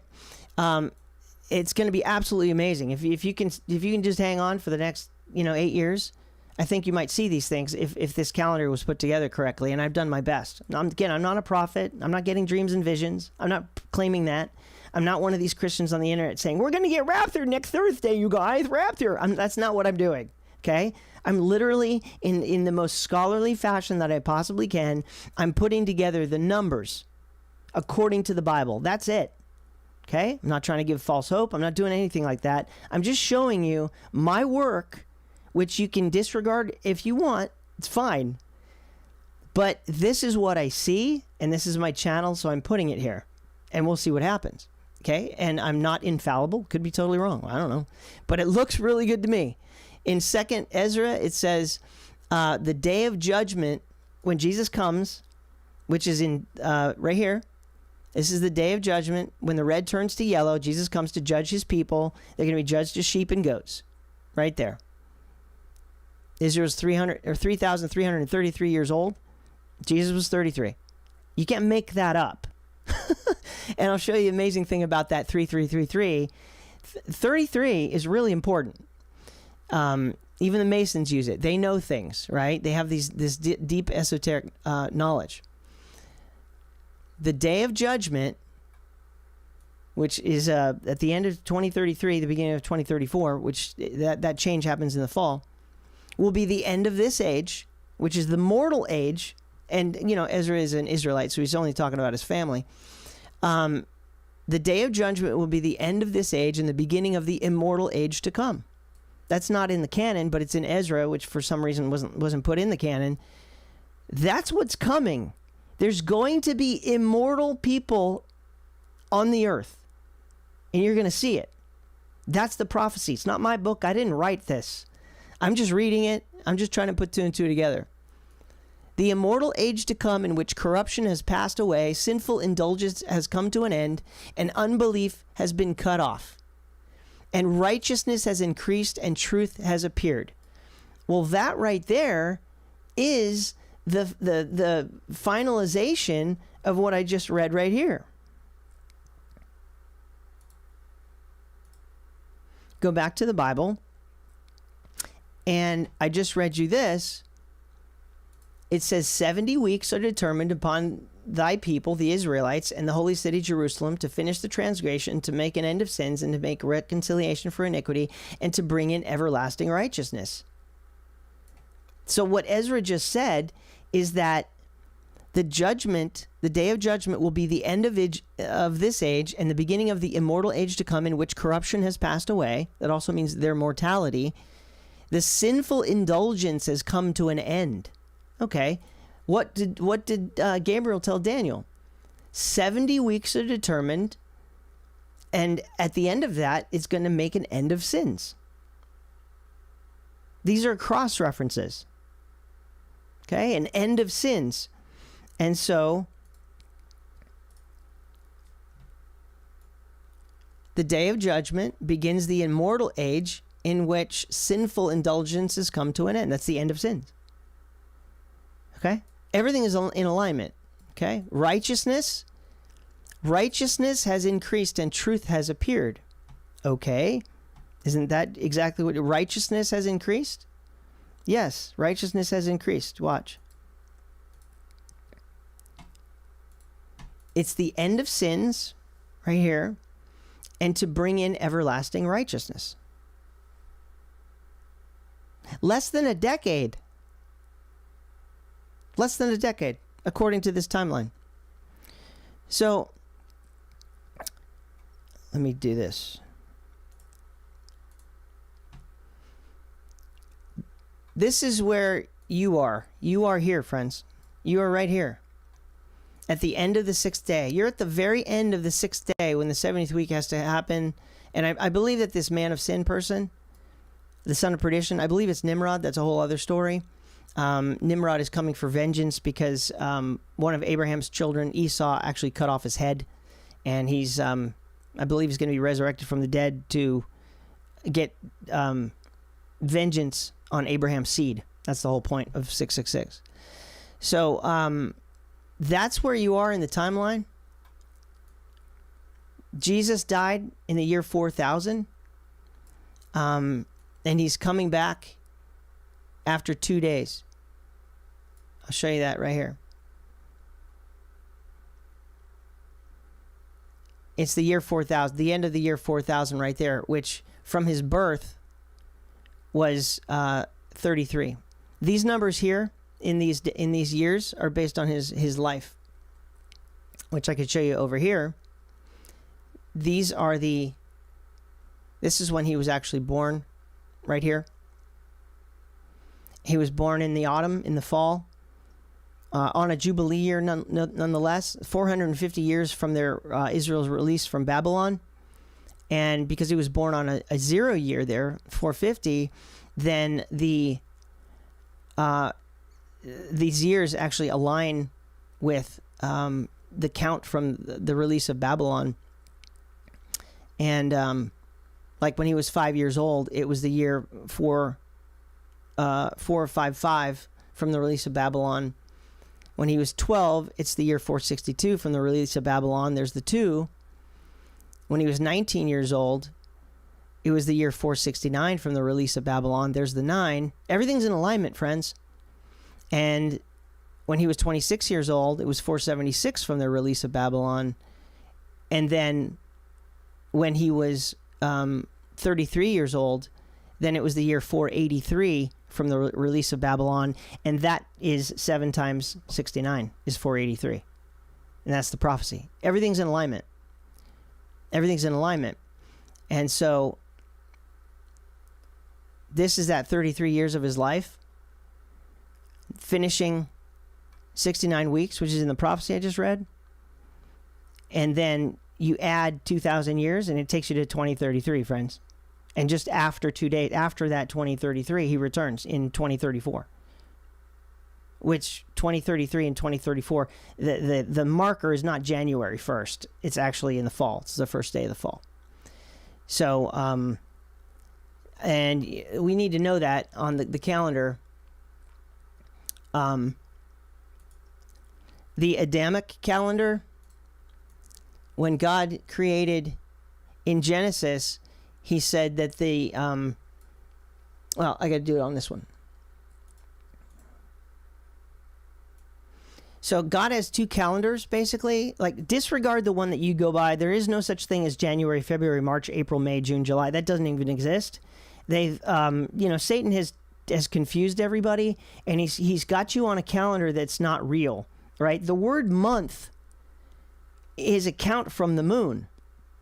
Every new month, every new moon, which is actually yesterday, we're in a new month actually right now, not according to, May, but according to God's calendar, which he has a calendar which is based on his heavenly bodies, the sun and the moon. And the months are based on the moon, right? The word used to be month, but they took an O out because month is a weird word. Like the TH, like how you would count like 4th, 5th, 6th, 7th, 8th, 9th, 10th, that TH tells you you're counting by numbers. And so when you say month, you're counting by moons. But the Gregorian calendar, like, this is not the month of May because it didn't begin it's not a moon count. So everything's a lie and everything's wrong and everything's off. But in Genesis, God said, there's a creation calendar here, but then Israel had a covenant calendar which began 6 months different in the spring. But God said in Genesis 1, at the time of creation, he called the light day and he called the darkness night, and the evening and the morning were the first day. And so he starts in the evening. But this pattern right here, which I've color coded, is also a yearly cycle of right here. Like if you think about the evening and the morning and the day and the night of an entire year cycle, when the evening happens of the year, that's the fall. That's when it starts getting darker and the nights get longer and the sun goes away and it gets cold, and then you go into the winter, which is the nighttime. So it goes from the evening to the night, which is darkness, and then what happens after the night? Well, the sun comes back and it's the morning. So then you have the morning, which is green, and then after the morning, you're in daytime, which is yellow. So the evening is the fall. The fall goes into the winter, which is blue, which is night. And then after the night comes the morning, which is green. And then after the morning is the daytime. So if you liken that to the macro cycle, the evening here, the evening's first. It's got a little star right there. The evening is first, and the morning is after that. So the fall is the evening, which during, in our cycle that we call that dusk, and then it gets dark after that, and that would be called, it's the evening, and then nighttime is the winter. Morning is the spring when the sun comes back, and that's the dawn, when the day dawns, the sun comes back, and then you're in the daytime, which is called summer, and that's the light. So you have evening, nighttime, morning, and daytime. Fall, winter, spring, summer, dusk, dark, dawn, light. And in between those are the solstices and the equinoxes.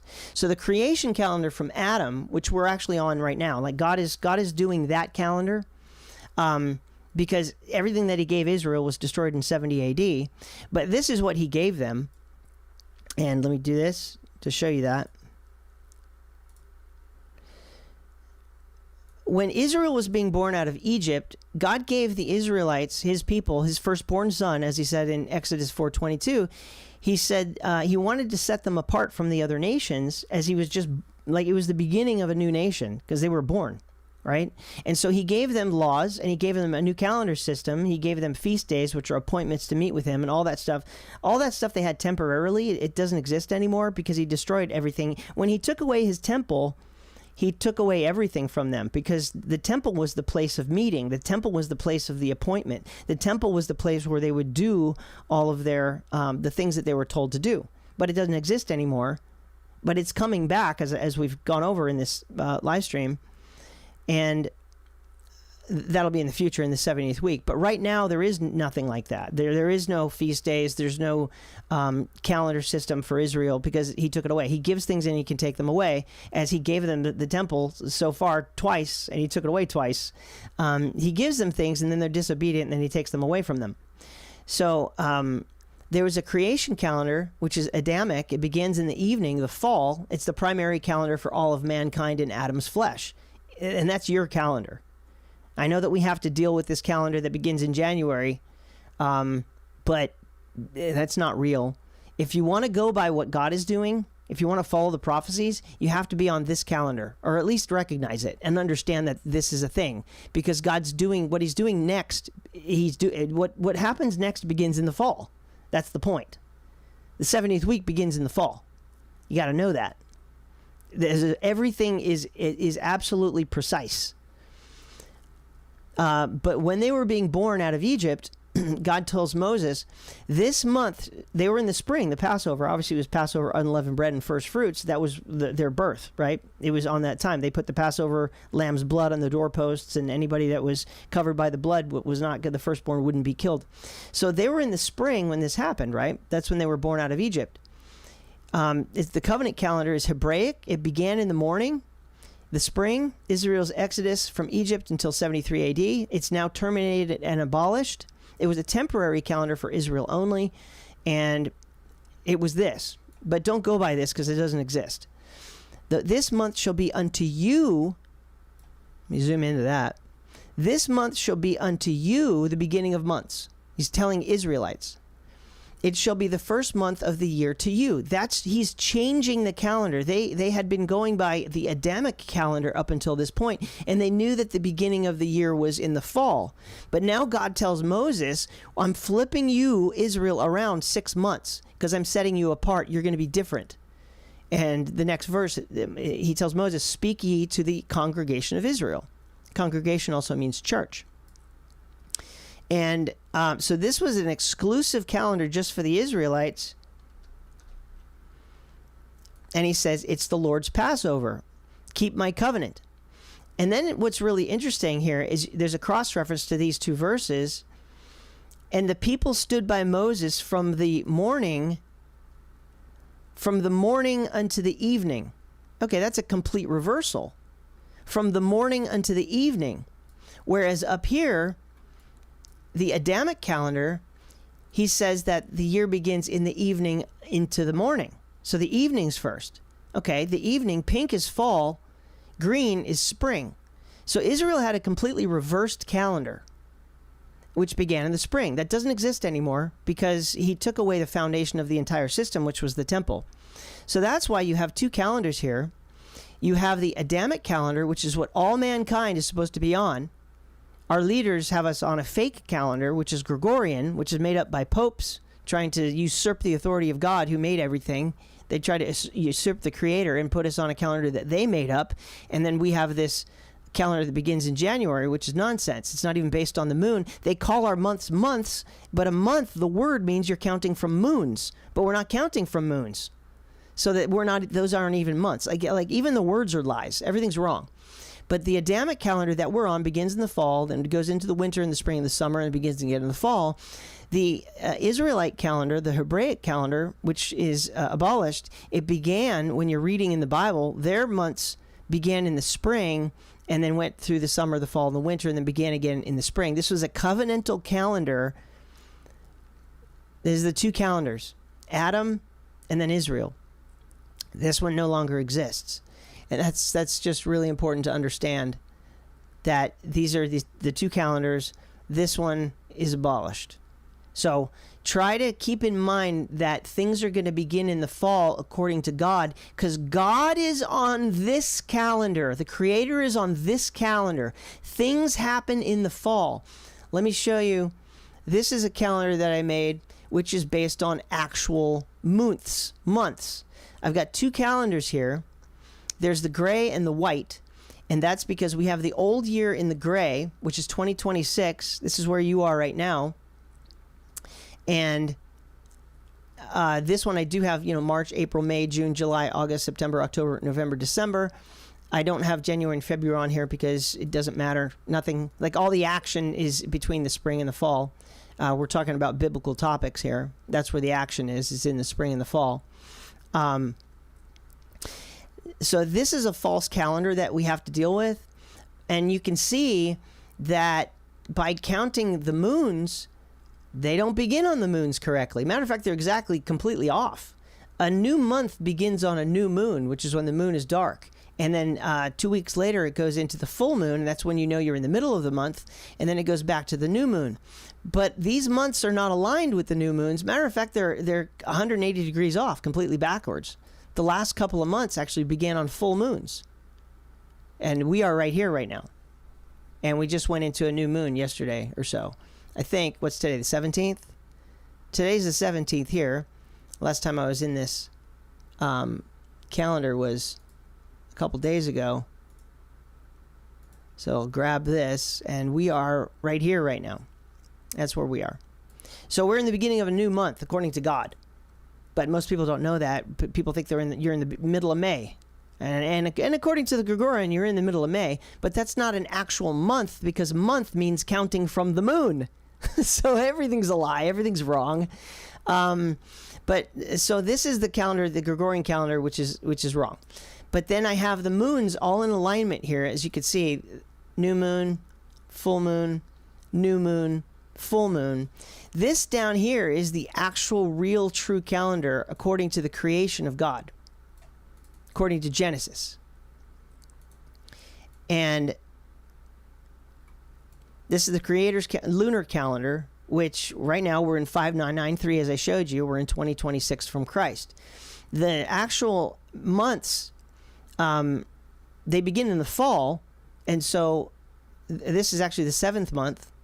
And here's the other thing. There's 13 lunar cycles in a year, so there's actually 13 months. But they have us on a 12, which doesn't fit inside of a 13 correctly, and so that's why everything's screwed up. That's why everything's off. Because they're not going by God. They've completely disregarded God's calendar and God's system. But here on this channel, we're at least recognizing it as being, it's a beautiful system. It really is. And so right now, here we are.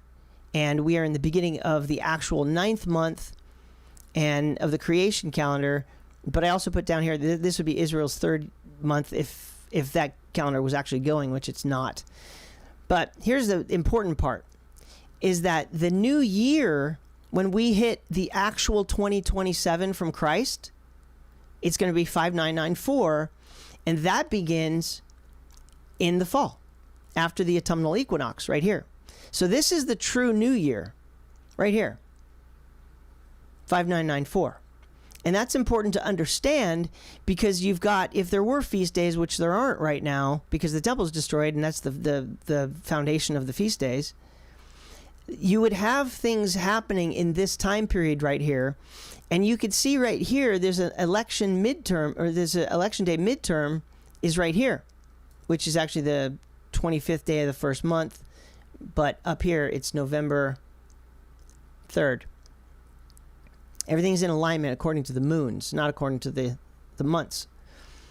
So we have some really interesting things coming up, like this election day right here. And what's really interesting is that the 70th week, which begins with a peace covenant, has to begin in the fall around these days. And so if Trump wants to win the midterms, he's going to have to pull off basically like an October surprise. You can see right up here. October. Trump's going to have to pull off an October surprise so that he can win the midterms. And that's why he's like, he was just in China and he's trying to put together a peace agreement. And as he has been for the last year, really, he's been working on this peace agreement. And even though he looks bad right now, supposedly, a lot of people have sort of fallen away from Trump, but he's dismantling the deep state, and people don't understand what he's doing. He has to win this election right here. He has to pull off some massive thing so that everybody votes Republican, because if the Democrats take over the House and the Senate, then his presidency is ruined, and they're just going to like go on the next wave of all these indictments and arresting him and taking him to court, and he doesn't want to deal with that. So he knows that the only salvation for his presidency is to have a red wave right here at this election day. And the thing for me, my perspective, the way that I see it, is that he's going to have to pull off this peace agreement he's been working on, which is right here, which is also inside of, if I back it up, where is it? Right here, about 5 days after the full moon in June, but right over here is the Independence Day America 250. So right here, he's basically saying that America is going to go into a golden age, and he's declared that it begins on the 4th of July. That would be, I don't have it on this one, but around the 21st of the 10th month, which is right here. So he's going to start a golden age just after, in this summer, right after the summer solstice, he's going to start a golden age. And then we're going to see things get pretty crazy. Anything could happen. We've got a couple of eclipses coming up, an annular eclipse on the 12th month, and then a partial eclipse, full moon, in the middle of the 12th month. And then after that, we go into the autumnal equinox, and we literally go into the real 2027 begins here. The real 2027, according to God, not according to the Gregorian calendar, begins on October 10th. Feast of Trumpets. Does that make sense? That's where the real 2027 happens. So then if I go to this, back this out, the real 2027 begins in the fall. Let's go 2,000 years. Let me zoom out, be a little faster.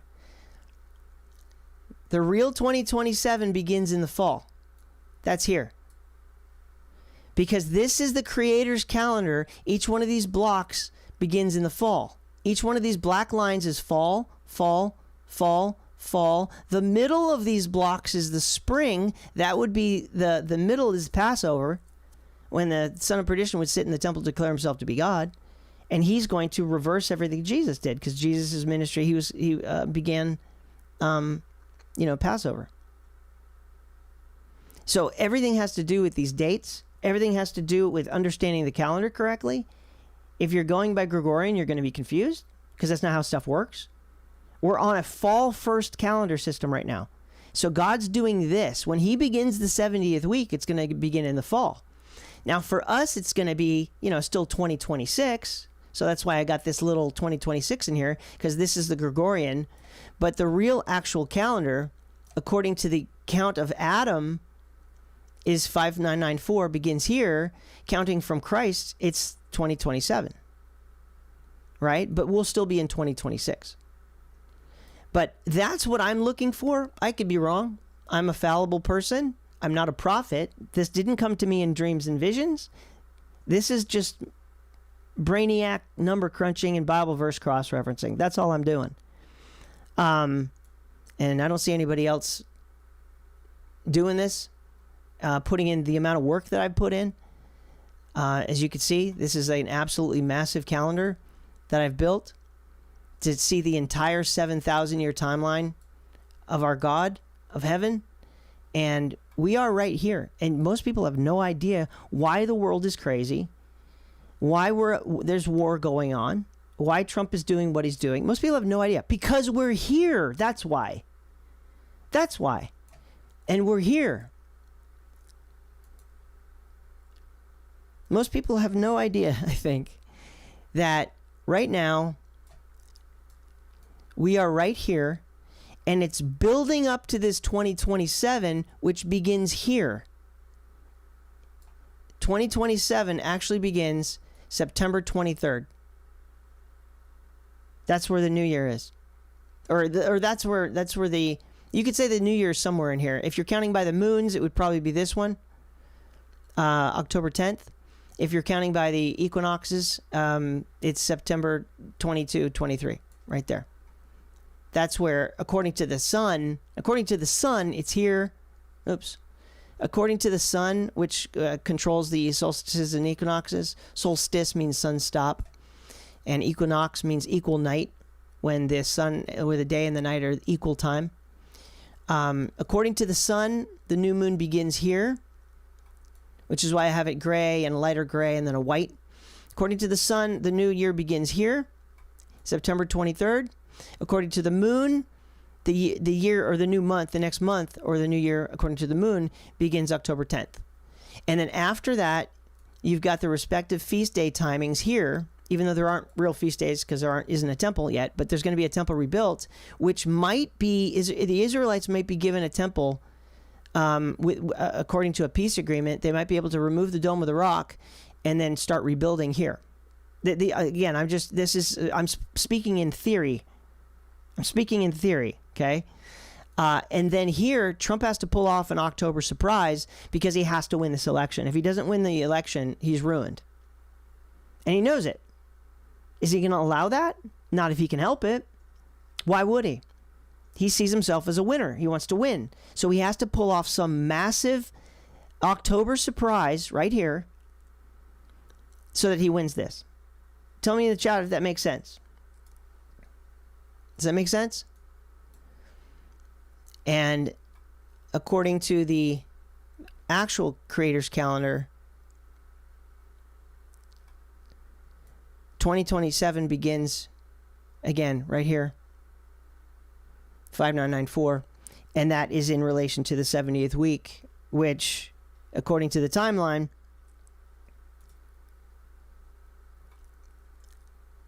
begins just 7 years shy of that 2,000 years that Jesus prophesied. All right. If that makes sense, I know that was an earful. I could literally go on for hours because there's like a lot more that I could go into. But that's a good stream. I don't want this to be too long. But that's the timeline. Most people have no idea of the after 2 days prophecy. You're here, folks. That's why politics is what it is. That's why. That's why the world is in the shape that it is. That's why gas prices are high. That's why food prices are high. That's why buying a home is difficult and all that. It's because of this. But Trump is about to reverse all that, given his plans. And I think we could see some changes happen this fall, even likely in the summer. Just keep in mind as we go into this time period, I'm trying to give you hope, here.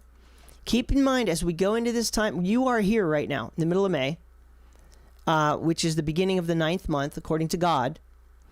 And we're heading towards the first month which is in the sort of early mid-October. But we have all this time for all kinds of things, political things to take place. And if Trump can pull off, keep this in mind, just think about it.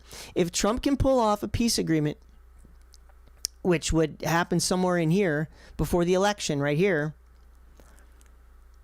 then, you know, hopefully I helped you see how it looks like it would work according to the Bible.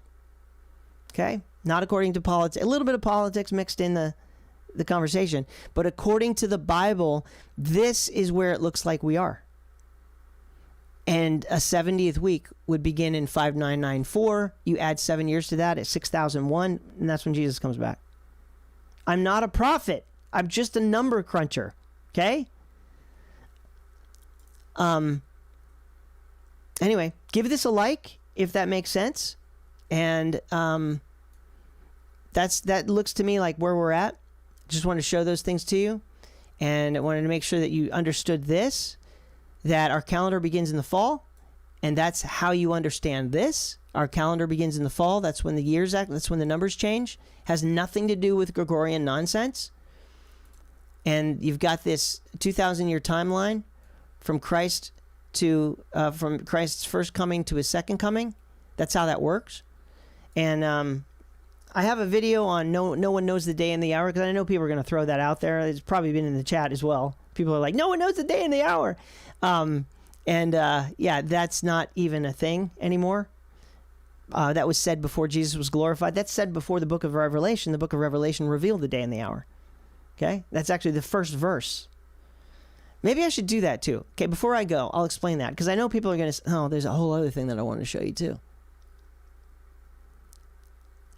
Okay. Okay, I'll just do both. Okay, so in Mark 13,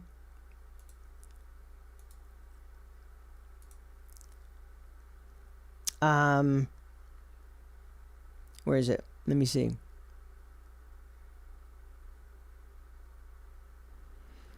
Jesus said, here we go. I got to switch my thing over here. So I know that a lot of this is sort of beyond the research and study of most people. I eat, breathe, and sleep this. Obviously, I put just many years into building what I've built here. So and I'm trying to do it correctly. Although I'm not a prophet. I'm not having dreams and visions. Obviously, I'm not talking about that stuff. I'm talking about scholarly work. Okay, I'm not going into any woo-woo. There's no woo-woo here. I'm talking about the Bible and what it says. And I'm cross-referencing because I know what it says, because this is what I do.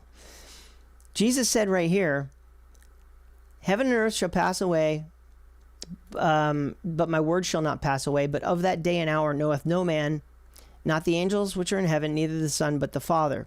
So, but he's also talking about, up here he's talking about the tribulation, right? But in those days after the tribulation, the sun will be darkened and the moon shall not give her light. So he's talking about this 3.5 years, which is the second half of the 70th week, which is the tribulation I showed you. And, if you hear people say the phrase 7-year tribulation, there is no 7-year tribulation. There's not a thing. There's a 70th week. There's 7 years coming, but the tribulation is the second half. That's very clear. That's very, very clear. It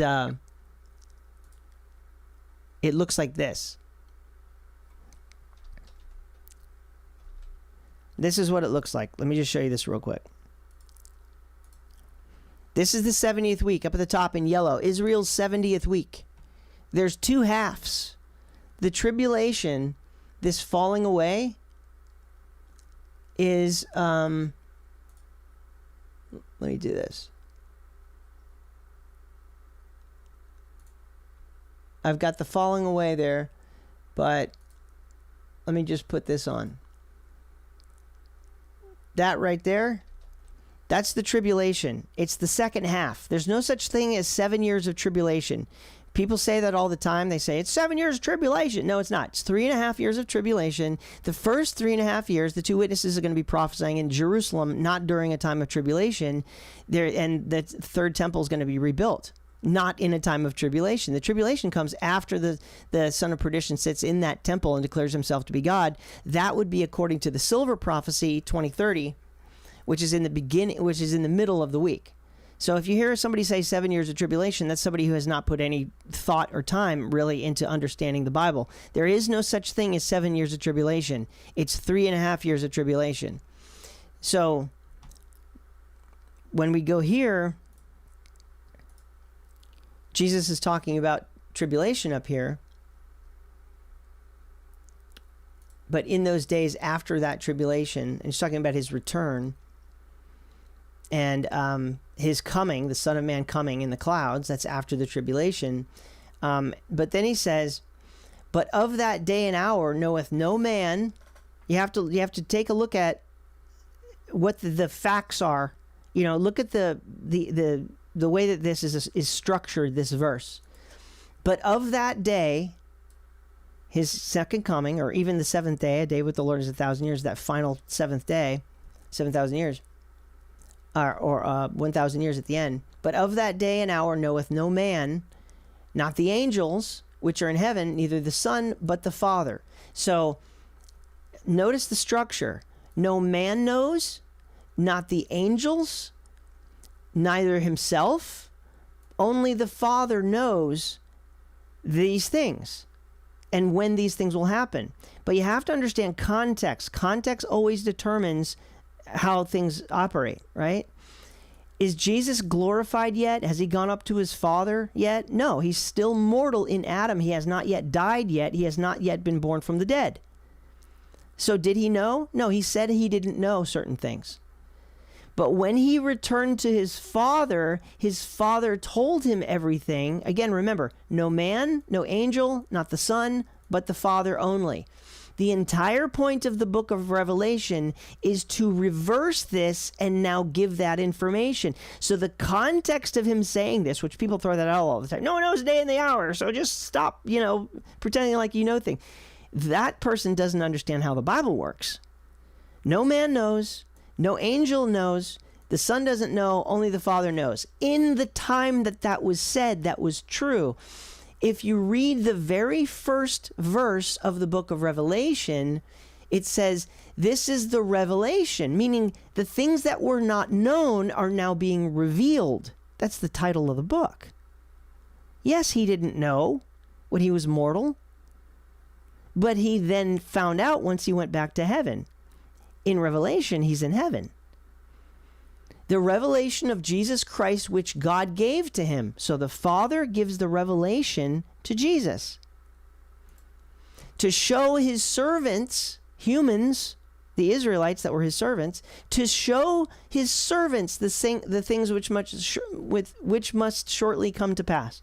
The entire point is to reveal to man what was not given to man prior. Prior, when Jesus was mortal, he said that no man knows, no angel knows, he didn't know, only the Father knows. In Revelation, the very first, this is setting the context of what's being revealed. It says God gave Jesus the revelation, the information, for the purpose of showing his servants the things which must surely come to pass. Who are his servants? Angels and man. Angels and Israelites. And he sent and signified it by his angel.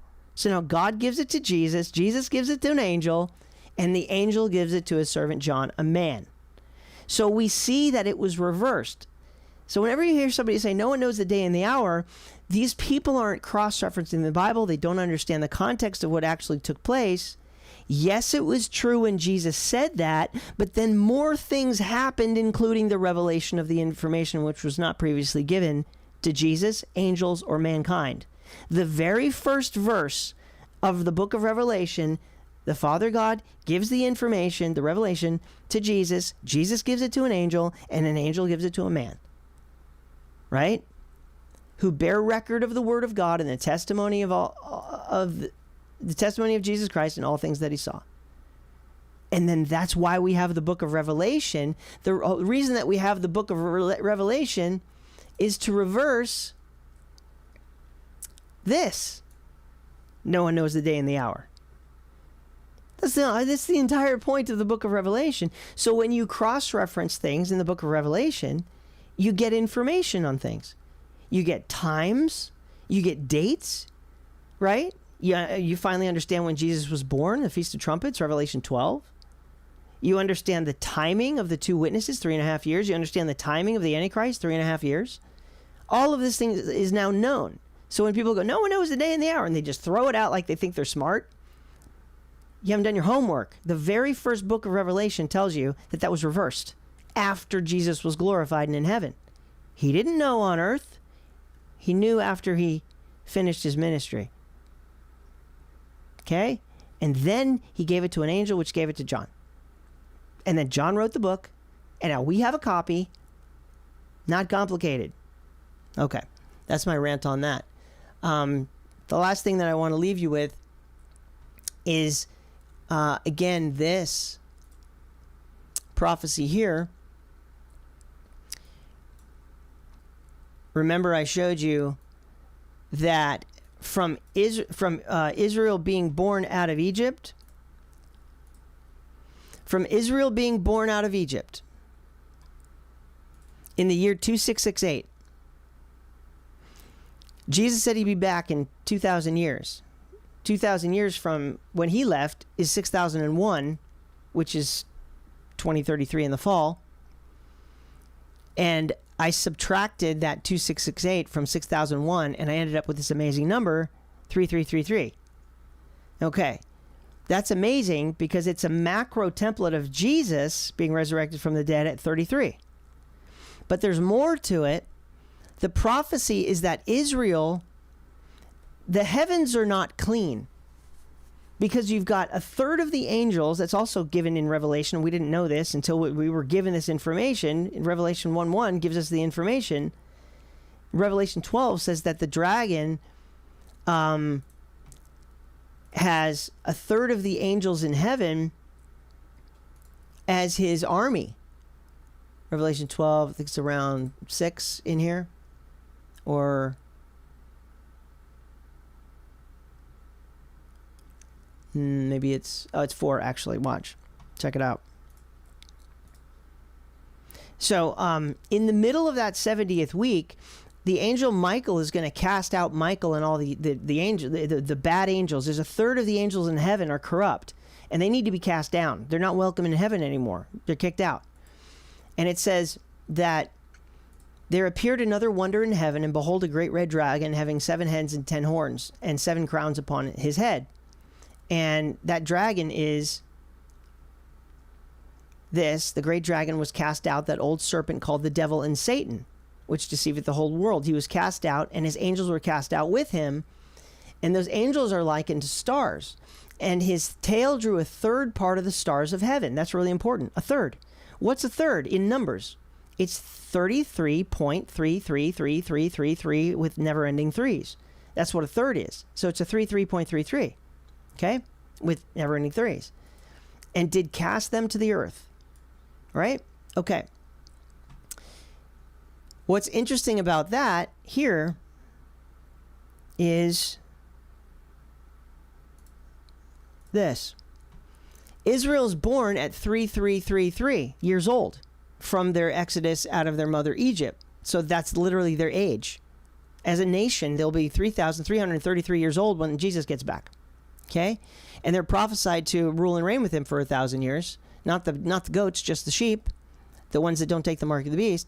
But those will be replacing that third of angels that I just read in Revelation 12.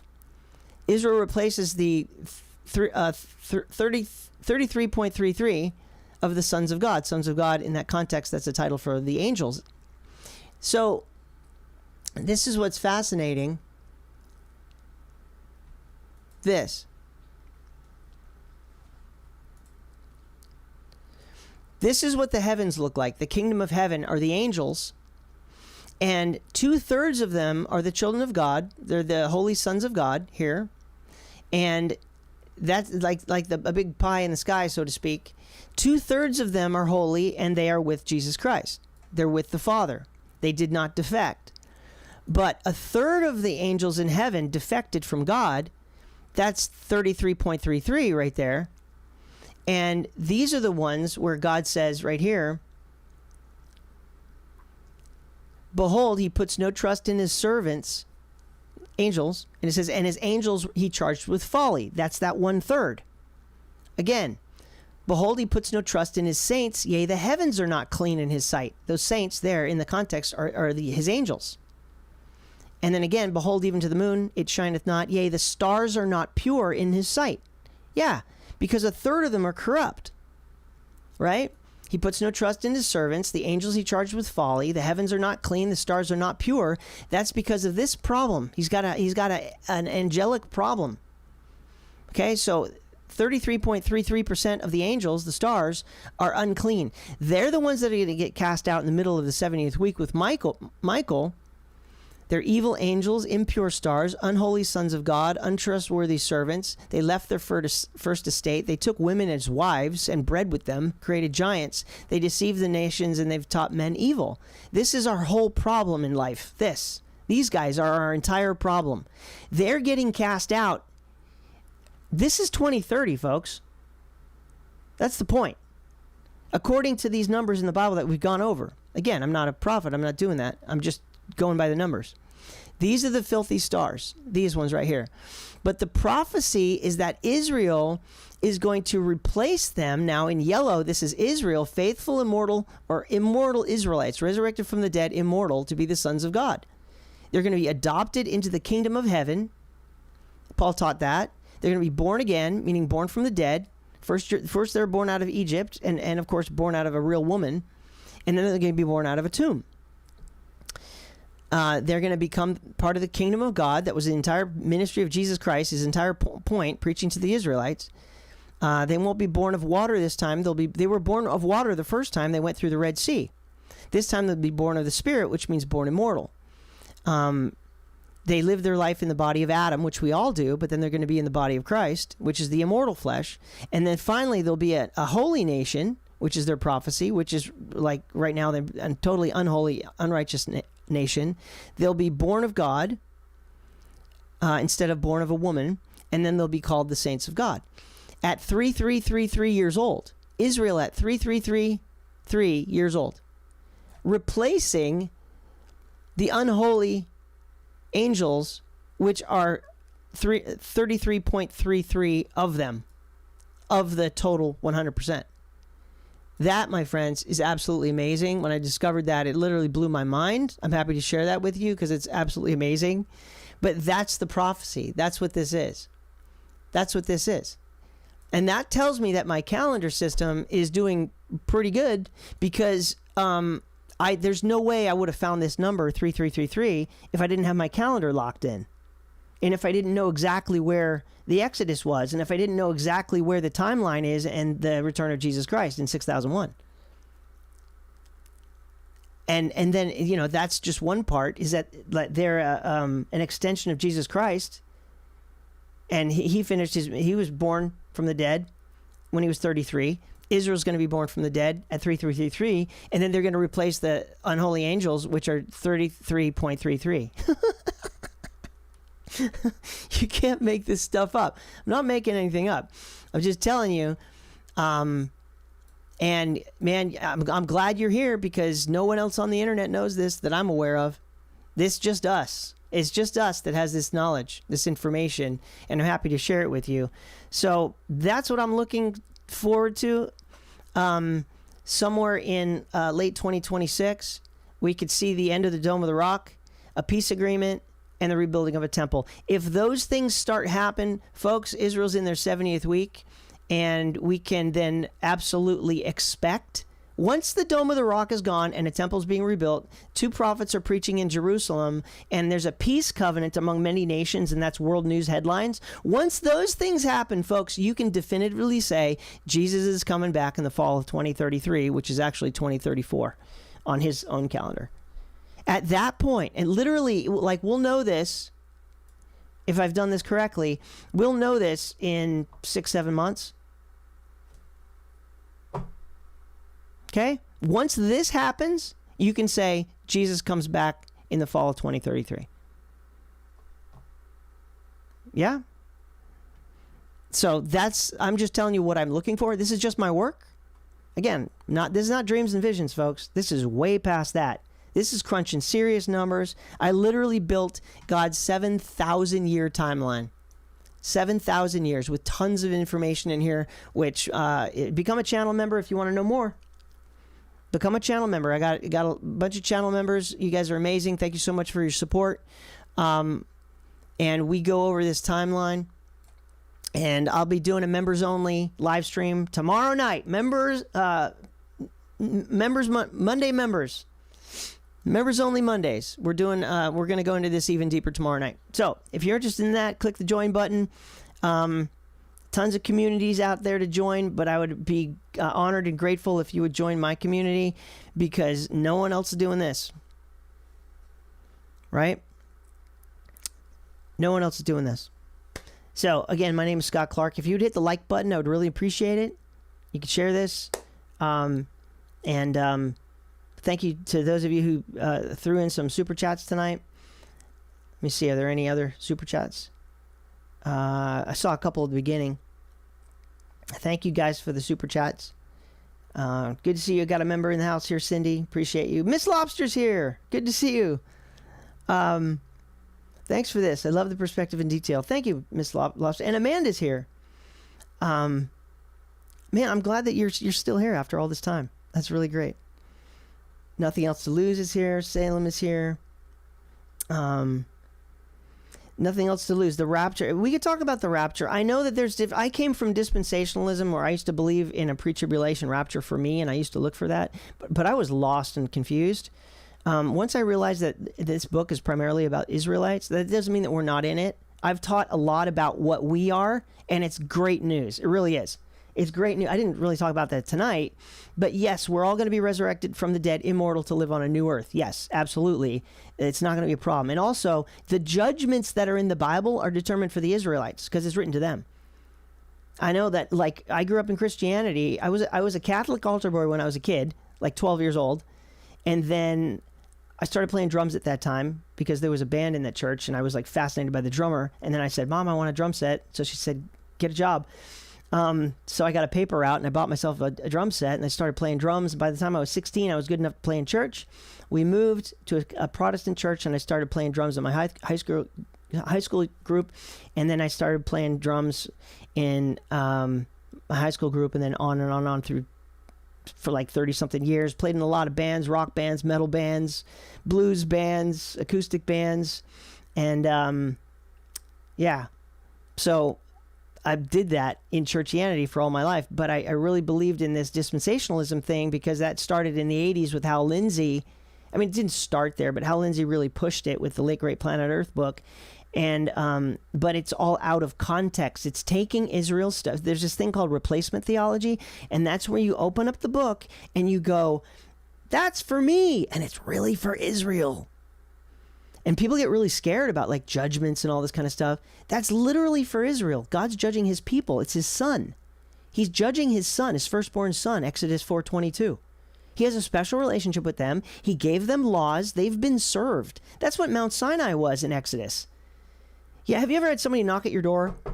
And you open up the door, and it's some guy that's serving you with something, and you like have to go to court because somebody's suing you or somebody's doing something or, you know, whatever, and you're like, and you've been served, and now you have to present yourself before a judge. Did that happen to your family on a mountain? Your DNA, your bloodline, your family name? No. It happened to the Israelites. The Israelites have been served. They have to stand before a judge. That's what the whole book is about. And most Christianity has taken this totally out of context, and they think that they have to be judged for their sins. Are we all sinners? Sure, we're all sinners. We sin against each other. You know what we don't do? We don't sin against God in the way that the Bible narrative is. It's the Israelites that kept breaking their covenant with God by serving other idols, like serving their children into like a Molech statue, which was burning with fire. They would throw their children into the mouth of this Molech idol that had a furnace inside of it and burning their children. And God was like, "What are you doing, my people?" They're in deep trouble with their God. Okay? Because they were told not to do that. God says, do not send your seed in, do not give your seed to Molech. And they just kept doing it. And then they killed Jesus. And then they denied the Holy Spirit in Acts 7. And then they killed Stephen, stoned him to death when he was speaking by the Holy Spirit. They hate their God. They hate him. He calls himself over 200 times in the Bible the God of Israel. Look at this. This is what people don't understand.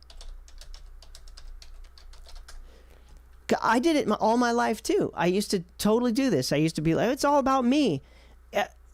Modern Christianity, highly narcissistic, and that's why everybody's a freaking charlatan. Okay? All these fake healers and stuff. Benny Hinn hitting people with his jacket. Be healed. These are charlatans. These people are like multi-millionaires. Because, like, really? Is that how Peter, James, and John and Paul lived? Or even behaved? No. What is modern Christianity? It's a bunch of nonsense. Do I believe the Bible? Yeah. Yeah, I have the faith in this book more than these people, I think. Because they're believing a false narrative. Look at this. Look at this. This is who he is, according to himself. Over 200 times is the phrase, the God of Israel. Thus saith the Lord God of Israel, let my people go. That's where it starts. Who's his people? You? Me? Are we his creation? Yes, and he loves us, and we're all going to live on a new earth with him. But these are his people, are the ones that he's going to judge. He's going to judge and punish them, not you. But modern Christianity tells you that that's all yours and you're in trouble. And that you need a, right? The God of Israel. I could just scroll. The God of Israel. How many times does it say this? Does this have the name of your family in it? No. God of Israel, God of Israel, God of it. 200 times. God of Israel. I could just keep going. God of Israel, God of Israel, God of Israel, God of Israel, God of Israel, God of Israel. And there's other factions of this, the God of Abraham, the God of Isaac, the God of Jacob, right? It just goes on and on and on. Your family's not in this. And most people, they just take the Bible out of context. Once you see that, the truth will set you free. Okay? But that doesn't mean don't believe it. Believe it in its context. Everything will make sense finally if you just believe this in its true context. You're not going to be judged. Okay? You're not in trouble. The Israelites sinned against their God. They're in trouble. You're not sinning against the God of heaven because he doesn't have the relationship that they do. They have a special relationship. Look, going all the way back to here, Exodus 5:1, let my people go, right? Go back just one chapter, go down to the bottom, right here. And he tells Moses, you shall say to Pharaoh, thus saith the Lord God, Israel is my son, even my firstborn. Let my son go that he may serve me. Right? And he says, if you don't, I'll slay your firstborn. That was the final labor pain of Israel being... Remember, Joseph brought 70 of his family at the beginning of that timeline. Joseph... I could just go on for hours. You want me to keep going? Look, Joseph brings... The truth will set you free, my friends. This is what I teach. And it literally is so amazing to finally understand that all the scary stuff in the Bible is not about you. This right here. No, I gotta make a transition. Whoops, here we go. Let's do that. So this right here, which is in the third day. You remember how Jesus was born again on the third day? Right? That whole prophecy, I'll be raised from the dead on the third day? Okay. Well, Israel was born on the third day too. Again, there's these types of shadows, the micro and the macro. Israel and Christ. Christ is a pattern for Israel. I could show you so much about this. There's all these things in the Bible that most pastors don't see. There's templates and patterns. That's what we do here. We deep into the dig stuff. We dig into the deep stuff. So Joseph, born out of Egypt. Well, yeah, actually, this is the conception right here. It's just like a mother. A seed enters into a womb. The baby grows. And then there's labor pains on the woman. The baby doesn't feel the pain, but the baby feels the movement. And then the baby flips over, the head first, after some time. And then the baby heads out through the birth canal. And it's a water birth, right? Blood and water flows. The placenta, the blood and water, right? Okay. You want to see what happened with Egypt? Want to see what happened with Israel? So the nation of Israel was conceived in 2238. I've got all the numbers on the timeline. I have the whole timeline. I know where everything is based on all the genealogies. Joseph brings his family of 70 people into Egypt. That's the mother. So the seed enters into the womb. Okay? And then they're fine for 30 years. They're free. But then the Pharaoh changes, and then the Pharaoh has the Israelites enslaved. Then they go through a growth period, right? National Israel's growing. Put the whole thing on the screen. Here's the conception. And then they go through a gestation period of growth. Probably it was that labor. It was the being slaves. You know, the men went home after being whipped and stuff every day. They went home to their wives to have a little bit of pleasure, and they're having a lot of babies, right? So that's what like created the growth, right? They were looking for pleasure after all the pain. So that, you know, pleasure brings babies. So, and it was 70 people that were brought in right here. All the souls of the house of Jacob, which came into Israel, were 60, that's 60, and 10, that's 70. Okay, all the souls that came out of the loins of Jacob were 70 souls, for Joseph was in Egypt already. Okay, so that was the seed, that was the conception right here. Then they grow, right? The Egyptians evil entreated us and afflicted us and laid upon us hard bondage. And God spoke that his seed should sojourn in a strange land. God's seed, because he's the father of Israel and Egypt is the mother. God had a nation. He had a baby with a nation. God's the father. Israel's the son. And Egypt is the mother, physically, nationally.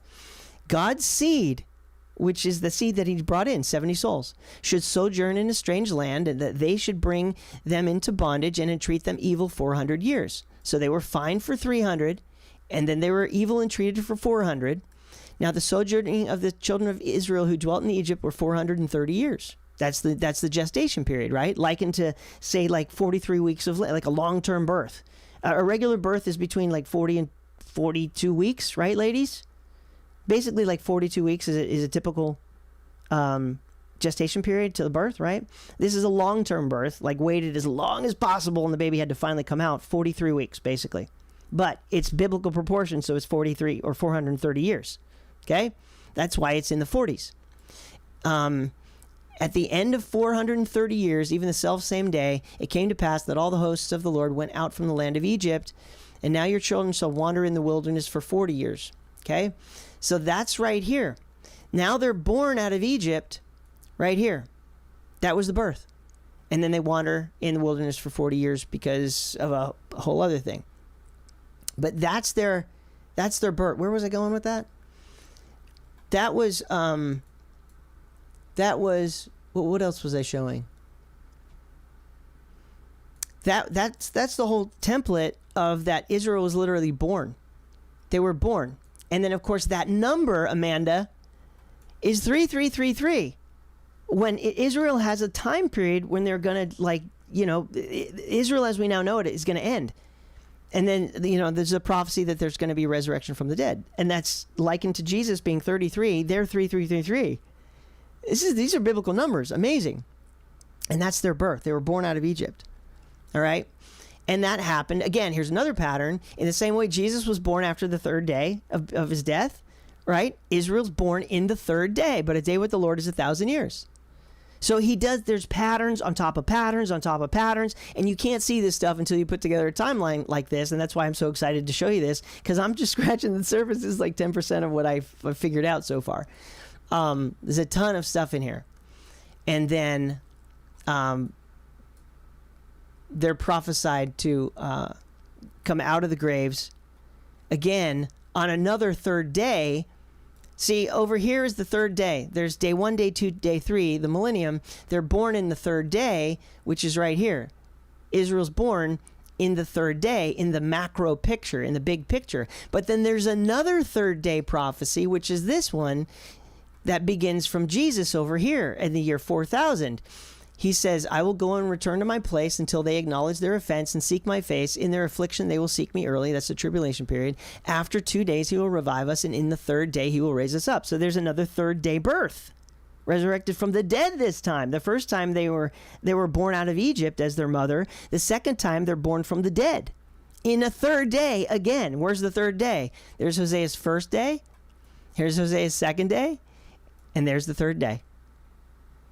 Patterns on top of patterns on top of patterns. It blows my mind. I get choked up sometimes because I didn't do this. I'm just finding it, right? But God did this, you guys. God did this. It's amazing. So Israel gets born again in the third day when they're 3333, replacing a third of the angels in heaven. What? And again, that's this. That's absolutely amazing. And that happens here. The birthdays are this. Let me show you this. So on the Jewish menorah is set. There's 7 feast days: Passover, unleavened breads, first fruits, Pentecost, trumpets, atonement, and tabernacles. That's 7 feast days that the Israelites are told to keep. That's likened to the 7 candlestick menorah that they were told to make, and they were to light it. And of course, this represents Kingdom Israel because it's light, truth, fire, filled with olive oil, which is flammable. Again, they're going to be the olive tree, Romans 11, not the fig tree, which is corrupt. But you've got, like, this is Passover, unleavened bread, first fruits, Pentecost, atonement, or trumpets, atonement, and tabernacles, right? That's going left to right like this. Watch the connections. This is fascinating stuff. So the first birth right here, Israel was born out of Egypt. The Red Sea was like a water birth, right? Red meaning blood, sea meaning water. They came through their mother's birth canal, the Red Sea, blood and water, just like a human birth. A human comes out of a human, a baby comes out of, or a nation comes out of a nation. But literally that sea is called the Red Sea for a reason. Blood and water, a birth. The birth canal opens, right? The water stands up on each side. The Israelites go through, right? But the men of Egypt were following them. The warriors were following them through the Red Sea. God closes up the birth canal, the water on them. What was that? He cut the umbilical cord. That's what that was, the connection to the baby and the mother. So, Israel was womb born out of Egypt, right? And that was on, number 1, on first fruits, right? Israel's born out of Egypt, number 1, on first fruits. And then the next thing that happens is number 2 over here. Jesus was born out of Mary, a womb birth. So you got a womb birth and a womb birth. Israel comes out of Egypt, and then Christ comes out of Mary there, right? That's number 2. And that happens over here.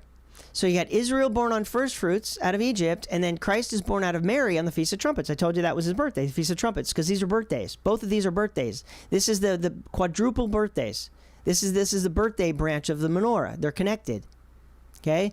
And then the third, 1, 2, 3, 4, is that Christ's resurrection, when he was born again, born from the womb, born from the tomb this time. Again, it's born out of the womb and then born out of the tomb. Christ's resurrection, he was born again on first fruits, right here, right? He died at Passover. He was in the grave for 3 days, and he came out at first fruits. 1, 2, 3, right? But then, following the pattern, Israel is going to be born again in the fall, like I said before, on the Feast of Trumpets, on Jesus' birthday. So that the birthdays of Israel and Jesus are the same. They have 2 birthdays. There's always a 1 and a 2, right? There's mortal and immortal, corruptible and incorruptible in Adam and in Christ. So Israel's born out of Egypt, and then Christ is born out of Mary, and then Christ was born out of his tomb, born again, and then Israel is born again out of their tombs. All on these 2. These are the birthday branches of the menorah, right? Everything is specific in the Bible, and people always go, no one knows day and the hour. No one knows anything. No, that's you're projecting your ignorance. Okay? Follow my channel. I can show you a lot of stuff. Everything is immaculately precise. That's what I'm telling you. Everything is absolutely precise. Okay? Exodus 4:22, Israel is my son, even my firstborn. And then Jesus, he is the firstborn from the dead. Resurrection is a birth. Okay, marvel not that I said to ye that you must be born again, because they were born over here out of Egypt, and he's talking to Israelites. He's telling them that they need to be resurrected from the dead, and then he was going to do that just after that, and he did it himself to have he set the precedent for it, right? Being born, Jesus says that they need to be born again, and then Peter finishes the sentence, and he says, being born not of corruptible seed, but of incorruptible. 1 Peter 1:23. What does that mean? Not born of mankind as we know it, corruptible, but born of incorruptible immortality. Born sinless, immortal, which is what Jesus did over here. He's the firstborn from the dead. And most pastors don't do that. They don't connect the verses. Jesus says you must be born again. Peter says born again, not of corruptible seed. So you're not born again if you're corrupt. like you are, and so am I. We're in Adam, we're sin, we're like destined to die. We have corruptible bodies. The born again language does not fit with our current state. But modern Christianity, everybody thinks they're a born again Christian. It's sad. The truth will set you free. That's that's the verse. Being born again, not of corruptible seed. Like Jesus, he was born from the dead. So once you understand these things, that's the types and shadows of everything. I know that this stuff makes people mad because you have to realize, wait a second, was I taught all wrong? Unfortunately, and then the messenger gets in trouble, right? I'm showing you the verses. And I know what they say, I know what they mean, I know who they're to, and most modern Christianity gets most of them out of context. But you and I are going to be resurrected over that's a whole other teaching. I'm going to have to do that another time. This is already getting long. Stay with me because I'm going to do a teaching. I'm going to show you about you and where you are, and you're not nearly in the trouble that you think you are. You're not. The future is bright for you. Very bright. If you're an Israelite, you might have to go through some trouble. Because that tribulation, that's 70 weeks are determined upon Daniel's people. Daniel 9:24. 70 weeks are determined upon the Israelites in Jerusalem. That's not your problem. But I would still stay away from anybody who's trying to give you a jab or a chip. Absolutely. Okay? That might not just be just for the Israelites, but it's primarily going to be for the Israelites in the 70th week. The Antichrist hates God's... The whole point of the 70th week is that, like I showed you, God has a son that he birthed out of Egypt. It's a relation. It's a family situation. Okay? God had a baby with Egypt. Weird as it is, I showed you the verses. That baby is the nation of Israel. That's why he's dealing with them. It's a father dealing with a very bad son who needs to be corrected. Okay? You're not involved in that. He served them on a mountain with paperwork that eventually they're going to have to stand before a judge. It's not you. But modern Christianity has to take, the only way that they can fill up their coffers with money is they have to tell you that it's all about you and make up nonsense and make you believe it and give you false hope and put you under judgment and under the law and all this nonsense. It's literally, you are totally free. Now, I'm not saying go around sinning against your friends and family, but you're literally not in the trouble that you think you are on a biblical scale that's in the Bible, because it's scary stuff. It's scary. They're in trouble. Okay? You're free. You're free. I've been teaching this for a long time. I know how this works. And I know that there's cognitive dissonance. You have to go through the 5 stages of grief. You're like, I don't know how this works. This is how it works. This is how it works. Hear this word that the Lord hath spoken against you, O children of Israel, his son. O children of Israel, against the whole family which I brought up from the land of Egypt, their mother, saying, only you only have I known of all the families of the earth. Slow down. What? You only have I known, had a close relationship with. Of course he knows we're here. That word known means like deep relationship, right? Like when a husband knows his wife, even, that kind of thing. You only have I known of all the families of the earth. Not the Chinese, not the Japanese, not the Europeans, not the English, not the white guys, white girls, not the Africans. You only have I known of all the families of the earth. Therefore I will punish you for all of your iniquities. That's what's coming. And that's the judgment that the Bible thumpers put you under. Because they're not going to teach you the true context. They're not going to show you this. And then eventually what they're going to do is they're going to say, well, if you believe in Jesus, you're Israel. They're going to do that. Because it's the only way they can get around it. Because they have to keep the connection. I got to keep people plugged into my church. Reality. The real Israel. Actual DNA sons of Abraham, Isaac, and Jacob. That's who this is. They're in trouble. Okay? They're in trouble. This stuff's about them. And we're going to watch it. I'm in America. I'm going to watch what's going on in Jerusalem. I'm going to trust that Trump is going to, create a golden age like he says. We'll see what happens in the next 7 months. And just watch. Just take a few deep breaths. Let's do a little meditation here. Long exhale. Okay? Just watch the next 7 months, see what happens. Peace agreement, golden age. New temple built in Jerusalem after the Dome of the Rock is gone. Here's the other thing. Everybody is learning now. I've known this for a long time. The Israelites are very parasitic. They're not good people. They're the goats of Israel. They're all over. They're in America. They control everything. They control our banks. They control Hollywood. They control the pornography industry, OnlyFans. They control our media. They control our government, the Israelites. Okay? And they're trying to destroy us because they hate the Goyim. Okay? You know what? They're getting extracted. That I'm looking for in the next year. Watch this. They're leaving. They have to be kicked out. They're a parasitic nation. They're trying to destroy America, and they have to leave. Because watch. If I just type in, gather you. Watch. That was Babylon. That's already done. These are future. Therefore, I'm not even kidding. Trump is putting together... There's going to be a mass exodus of all illegals. That's what he's doing to make America great again. We have to lower the population. We have to get rid of the illegals and then the criminals, and especially this certain people group that are destroying the country. Okay? If they're not America first, he's going to get rid of them. And God says he's going to, you know how he's going to gather the Israelites back to Jerusalem? A temple. Watch. Therefore, say, thus saith the Lord God, I will even gather you from the people and assemble you out of the countries where you've been scattered, and I will give you the land of Israel. 100%. Israelites, gone. Soon. Watch. The toxic, the parasites, the ones destroying us.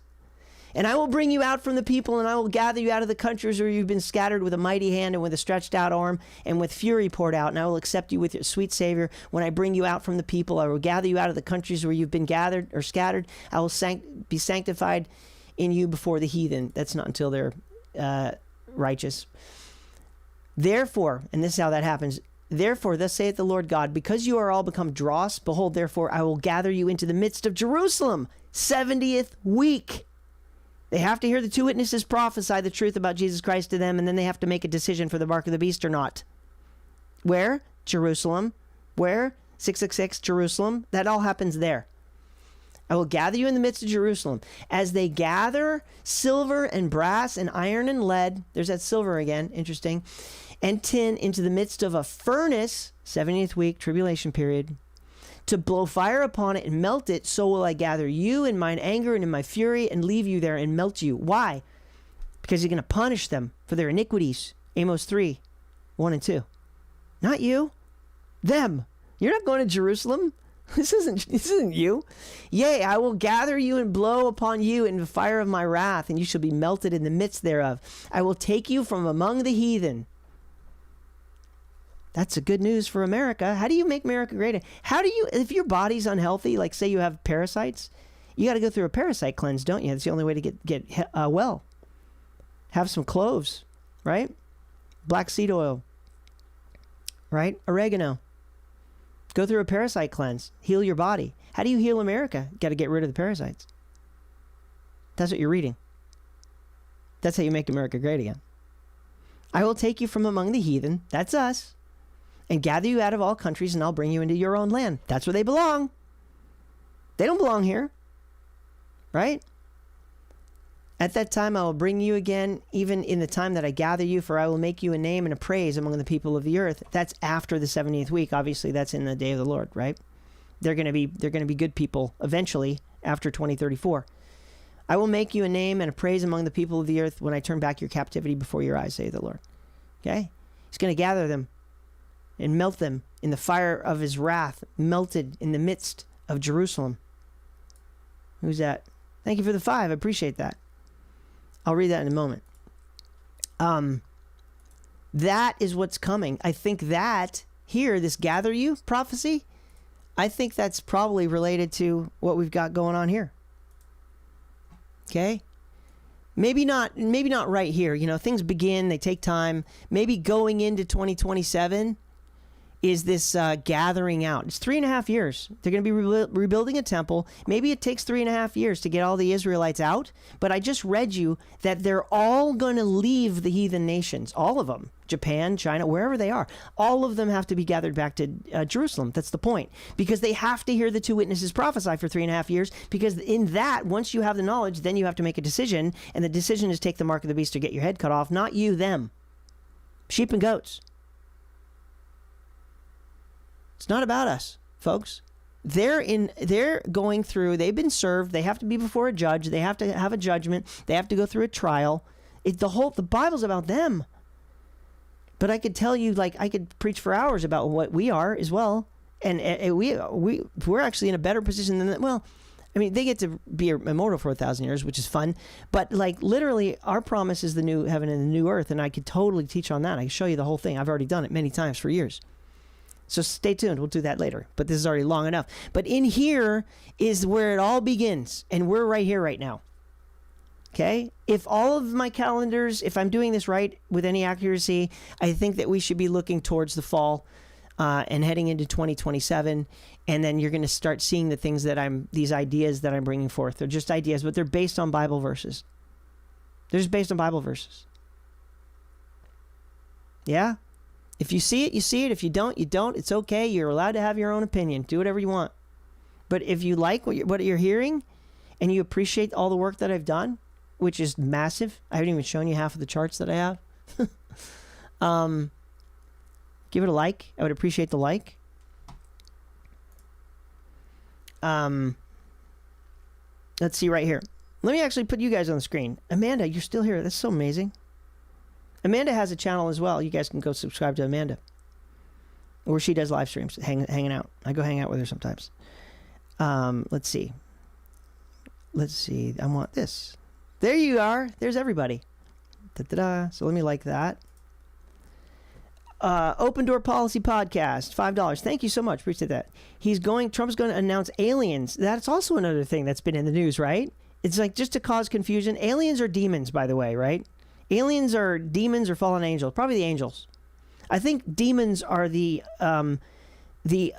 okay, so angels, that I showed you the pie in the sky. I showed you the 1/3. They're 33.33% of the angels, which Israel is prophesied to replace once they're 3333 years old. Amazing.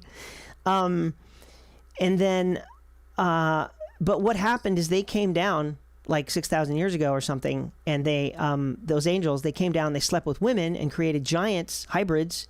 And then when those bodies died, because they're still mortal, they died. But what happens to those spirits? Well, those weren't spirits that God created. Those are like literally demonically created spirits, sort of these entities. Those spirits are very uncomfortable just being wandering around the earth. So they try to indwell people and they possess people, right? Narcissists, like I've had narcissists in my life, right? And because I'm an empath and narcissists are attracted to me because, you know, they're energy vampires and stuff. And these people, I know, I've literally seen a person's eyes turn black right in front of me and their voice change. Scariest SHIT you've ever seen. Talking to somebody, in an argument with somebody that you care about, and all of a sudden their eyes turn black, like a shark. What the frickin' frick? Yeah. And then the threatenings and the blame and the shame, and you're just like, what the heck? You were really nice to me in the beginning of this relationship. What happened? Narcissism.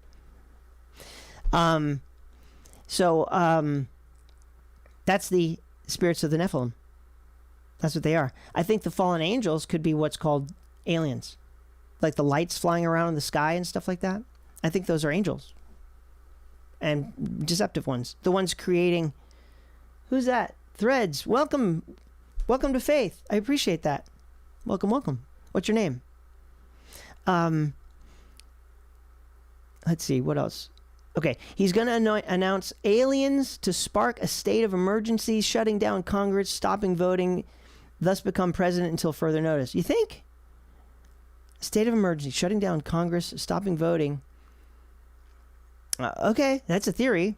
Well, again, I'm not stating exactly what's going to happen because I don't know the future. I know Bible verses, and I'm trying to figure it out. I'm not a prophet. We're not doing dreams and visions here. Okay, I'm not hearing voices. I'm just literally like a scholar type brain. I don't present myself like a scholar, probably, because I'm kind of goofy. But my brain, when I turn off the camera and I turn off the microphone and I'm just sitting here and I put all this stuff together, it's like super nerd out, numbers, cross-referencing, figuring things out. I'm just trying to figure it out, you know? I could be wrong. We'll just put it up there. I could be wrong. I know. But I'm really amazed at how the numbers have come together so far, which I showed some of that to you tonight. And that's just all chronology and like figuring out, you know, numbers between things. And it's amazing stuff. Why Jesus, you know, was the age that he was, why Israel's going to be the age that they're going to be at in the future. Like, what? This stuff's amazing. And the threes, like Amanda, your name is Amanda, you know, 333, right? Jesus was 33. You're like right in between Jesus and Israel there. Jesus was 33. Israel's going to be 3333 in 6001, which will be 2033 in the fall. And there's 2033. Like all these 33s. That's literally this amazing spiritual number. Even the Masons know that, right? What's the highest degree of Freemasonry, at least publicly speaking? They say that there's degrees after that, but in private. But like they push the number 33 a lot, right? There's something going on with this number 33 or repeated threes. The angels in heaven are a third. That's 33.333. What? Amanda, that's what I was saying earlier. So I'm going to talk about these threes, right? Totally cool. And it's all in the Bible. So yeah, state of emergency, shutting down Congress, stopping voting. There's something going on here. And thanks for the other 10. I appreciate that. I'll read that too. There's something going on here as well. So here we are right here. You are here with this arrow in May. But okay, and then we've got this America Independence 250. Apparently, he's going to start a golden age or something, right? He's preparing gold. We're going to see what that looks like. Don't really know, but of course he wants to. The whole point of the Strait of Hormuz business and Iran is that he's trying to take away the control of the oil from them, so that everyone has to buy oil from us. If that happens, then our oil price drops into the tank, so to speak, and then when oil goes, everything's connected to oil, right? So if he can get our oil way down and everybody's buying oil from us, then our profits go up, our oil goes down, our food prices go down, housing goes down, rent goes down, everything goes down. That would be a golden age, wouldn't it? Like, okay, it's okay to dream a little bit, but that apparently is going to start around here. I'm just guessing. That's the 4th of July. I've read some of the White House articles. And then he's got this interesting convention, which is very rare. He's got this Republican National Convention on the 7th of September. And it's because there's a whole bunch of vacancies in government right now, because a lot of people are being indicted for, like, you know, doing very bad things like to children, and, you know, being moles, and having allegiances to other parties or other nations and stuff. We know that Israel's very involved with our politics, and that has to stop. But like, there's this very, pay attention to this. There's something's happening in September. October is going to be amazing, but he's going to have this convention where I think he's going to like endorse a bunch of candidates that are more MAGA. Because there's a whole bunch of vacancies in government right now because people are getting like arrested and in trouble. Right? And people are leaving their spots. People keep announcing, I'm not going to be running for whatever next term. People are stepping down. There's a bunch of vacancies happening. So this is going to be this like emergency convention to like fill those spaces, which doesn't usually happen at this time in the election cycle. So watch for that. And then in here, again, there are no actual feast days, but things have to happen because of the numbers, the way numbers work. Things have to happen. The 70th week would, if what I'm doing is correct, the 70th week would have to begin somewhere in here. And then it's going to be, and that would mean peace agreement, which makes Trump look amazing here. And then he, red wave, if that's what his plan is. So it's amazing that these days are literally on the calendar before this. That's amazing because that gives him the template of doing just that. National peace agreement among many nations, Daniel 9:27, for 7 years. And if it's 7 years long, I mean, we'll know. We're going to know in short order, like, holy cow, we're here. This is it. And Jesus is coming back. And all the demons are going to be cast out in, the fall of 2033, if this is the case. Therefore, all of our lives will exponentially increase. Like, our children will be raised, and our grandchildren will be raised in a time that's, like, far better than what we have. Because we have demons and psychopaths and Nephilim spirits indwelling people. And literally in 2034 and beyond, they won't be here. Think about that. Think about that for our children, right? So that's why I put these things together, because like my brain wants to see what's going on. All right, go back to this.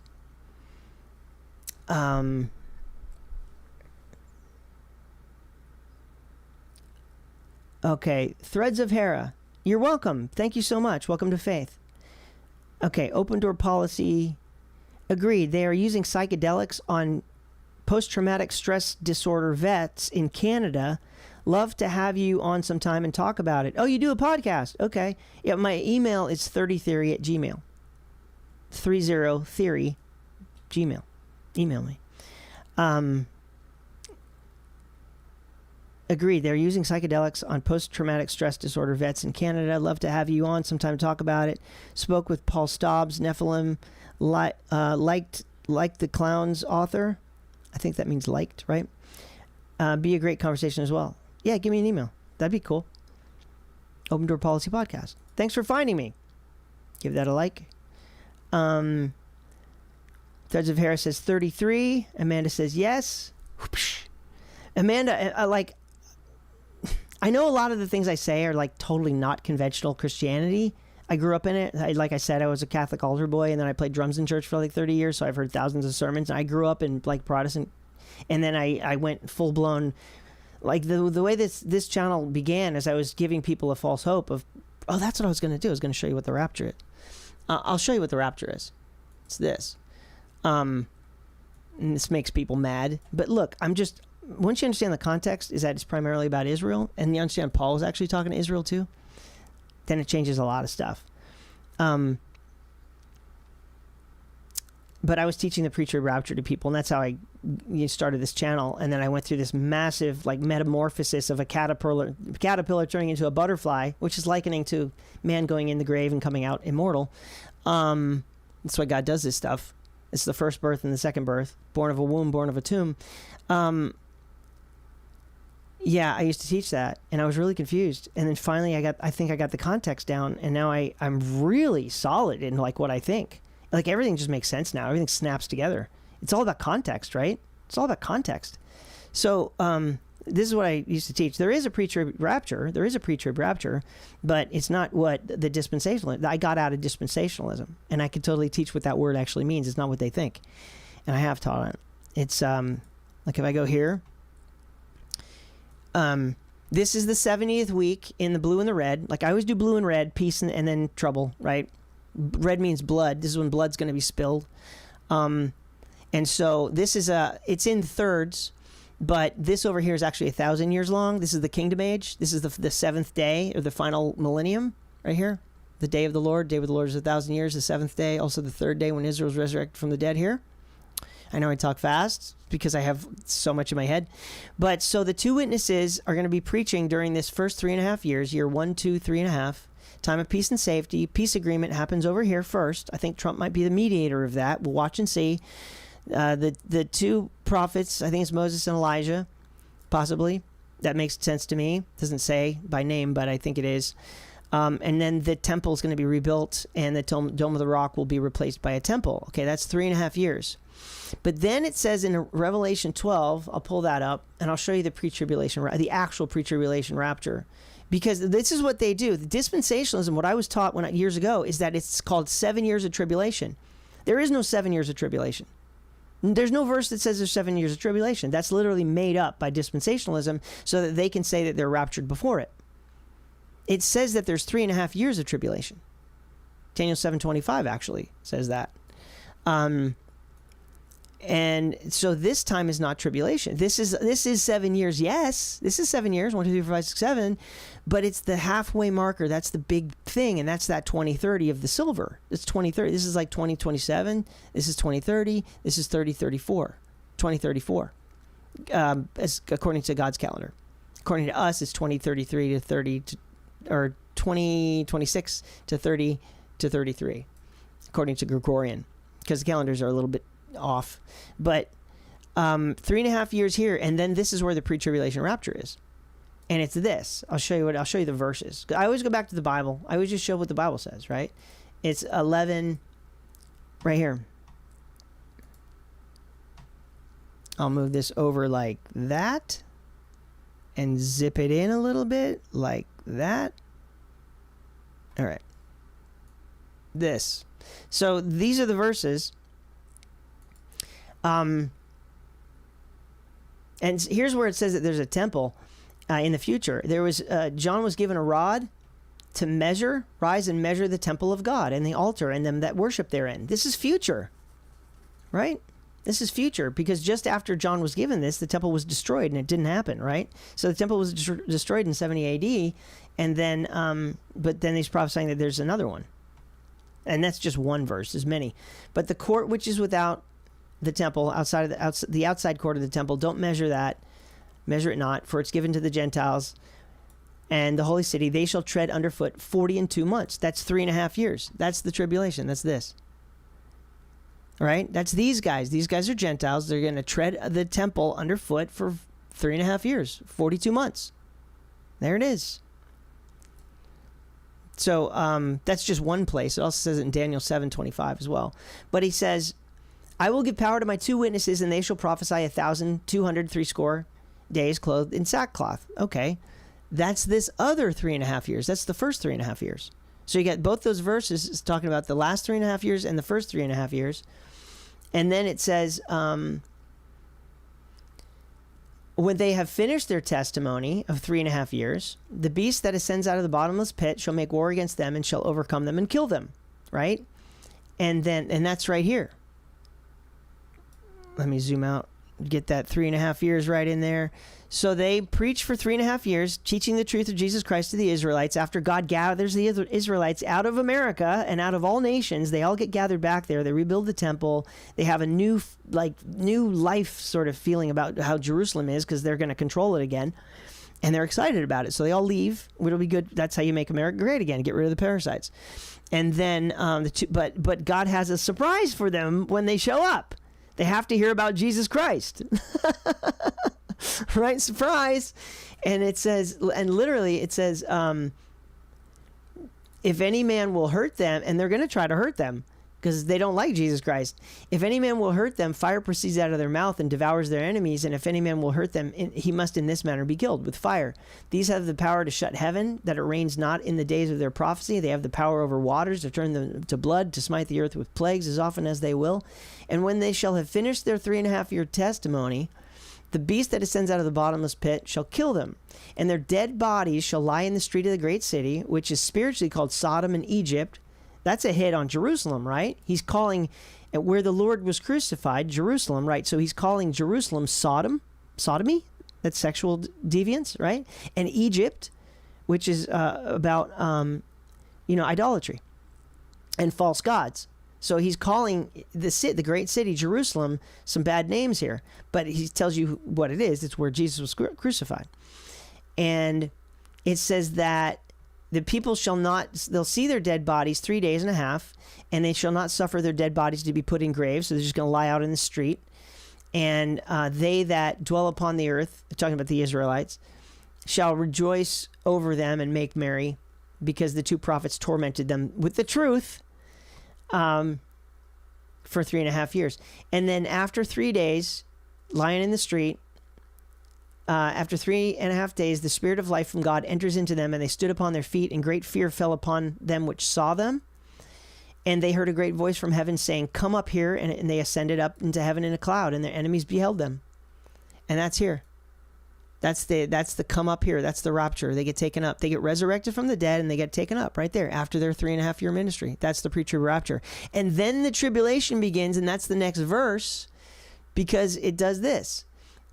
And the same hour of the pre-tribulation rapture of the 2 witnesses, there was a great earthquake in Jerusalem, and the 10th part of the city fell. And in the earthquake was slain of men 7,000. That's a big killing. That's a mega death. That's a megadeath. Just like the Pied Piper led rats to the streets. Let's see. They were slain of men, 7,000, and the remnant were affrighted and gave glory to the God of heaven. This second woe is past, and the third woe comes quickly. So this is right here, the pre-tribulation rapture, and this is the beginning of the tribulation. The tribulation begins with sudden destruction. Paul said when they say peace and safety, sudden destruction comes upon them. So they have peace and safety first, 3.5 years, and then sudden destruction. It happens with a great earthquake. So literally, if we start, here's the other thing. If we start seeing, let me do this. And this, this, and where is it? I got so many charts up here. This one? Yeah, that, and if I put that on here, right in the middle, there's the 3.5 years they prophesy, and then they're killed, and then they're resurrected from the dead and raptured, and then there is this. See, I got this, says Megadeth on there. Not Dave Mustaine's Megadeth, because his doesn't have an A in death. But it's a great earthquake. You could literally predict, if the things I'm saying that we're talking about here tonight start coming true in the next 7 months, you can predict there's going to be a great earthquake in 2023 in the spring. 7,000 will be killed. You can predict this stuff. Once stuff starts happening, you could literally say that. I predicted a great earthquake in 2023 in the spring. 7,000 will be killed in Jerusalem. You could literally do that because the Bible tells everything in advance. If you've got everything lined up correctly. Okay? That's the beginning of the tribulation. 7,000 slain in Jerusalem. Great earthquake, right? That's how it works. You can tell, like, I'm prepared with everything. I've already done it all. And so here's the great timeline, right? Jesus, let me take myself off of here so you could see the whole thing. What do I want? That. Jesus died in 33, all the way over there. He said he's coming back. After 2 days, he will revive us. In the third day, he will raise us up, and we will live in his sight. That is talking to Israelites, right? So you add 2000 to AD 33, and you end up in 2033 over here. This is 33 to 1033 is the first day. A day with the Lord is 1,000 years. The second day is 1033 to 2033. That's the second day. And the third day is 2033 to 2034, right? To 3033. And that's actually where we get resurrected from the dead over here. But I'm not, that's our resurrection is over there. But I'm not teaching that tonight. That's a whole other thing. But this is the cross. And then there was 40 years in here. Jerusalem was destroyed in 70 to 73. And then the Dome of the Rock was put on top of the foundation stone where Abraham almost slayed Isaac. And that's like holding out, that's making sure the Israelites do not build a temple because God does not want them to rebuild a temple, because rebuilding a temple is a sign that the 70th week begins. So he's making it very clear when the temple starts going up, you know that Israel's in their 70th week. So he put the Dome of the Rock is just a placeholder. It's just a placeholder. He just put a plug on top of the rock that is the central rock of the whole story. He put a placeholder on top of it. When that placeholder is removed, then you know that we're in the 70th week. Let's see if will that show? Oh wow, I can actually zoom in there. Because it says, for the children of Israel shall abide many days without a king and without a prince and without a sacrifice and without an image and without an ephod and without a teraphim, Hosea 3:4. Right? So the temple was destroyed, and then Israel has to abide many days without a king, without a sacrifice, meaning without a temple. And that's what we're in. They're abiding many days right here. That's the prophecy. This was destroyed, and then they have to abide many days without it. And then comes the 70th week, in which I have my pixel Trump. And here we are in 2026. Israel's always at war with people. There's the World War III, scare, and Iran war and all that kind of stuff going on here. But that's going to be stopped with a peace agreement, right? Sort of an Abrahamic alliance has already been talked about. 3.5 years of peace and safety when the two witnesses are prophesying for 1,260 days, right? Rebuilding the temple. And then sudden destruction happens here after they're dead for 3 days and then they're raptured. And then comes the time of Jacob's trouble here for 3.5 years. And then when Israel's reborn at 3333 years old, right here, Jesus comes back with the keys to the graves, and he takes them out of their graves. His garments dipped in blood, and he judges them as sheep and goats, and the goats get cast out, and the sheep get to rule and reign with him for 1,000 years. Right here, kingdom of God. And then there's this other prophecies which I've made videos about. There's Satan's loosed for 3.5 years. It's a little season over there, and then the rest of the dead. Revelation 20 verse 5, and Job 14:14. It says that the rest of us get resurrected and immortal here. That's how that works. So you're going to come back. You're going to live forever. You will. It's just that you can't live forever in this body, so you have to be changed. And most people don't understand that. I've done many videos on that. The whole change of you're going to be immortal. You are. So am I. So this is good news. And all the judgments and scary stuff are for the Israelites. So, yeah. We got an Nephilim spirit in the chat. Oh, do I have any I don't have any moderators. Where's all my moderators? Let's see. Well, the way that you get my attention in the chat for who's the Nephilim spirit? The way that you get my attention in the chat is you type my handle name, which is Eternal Rhythm Flow. Oh, it's like if I go right here. Well, yeah, just you know my handle, Eternal Rhythm Flow. You type at Eternal Rhythm Flow, and then you can ask oh, is it this Wesley guy? Okay. I'll just do that. There we go. Cleaned it up.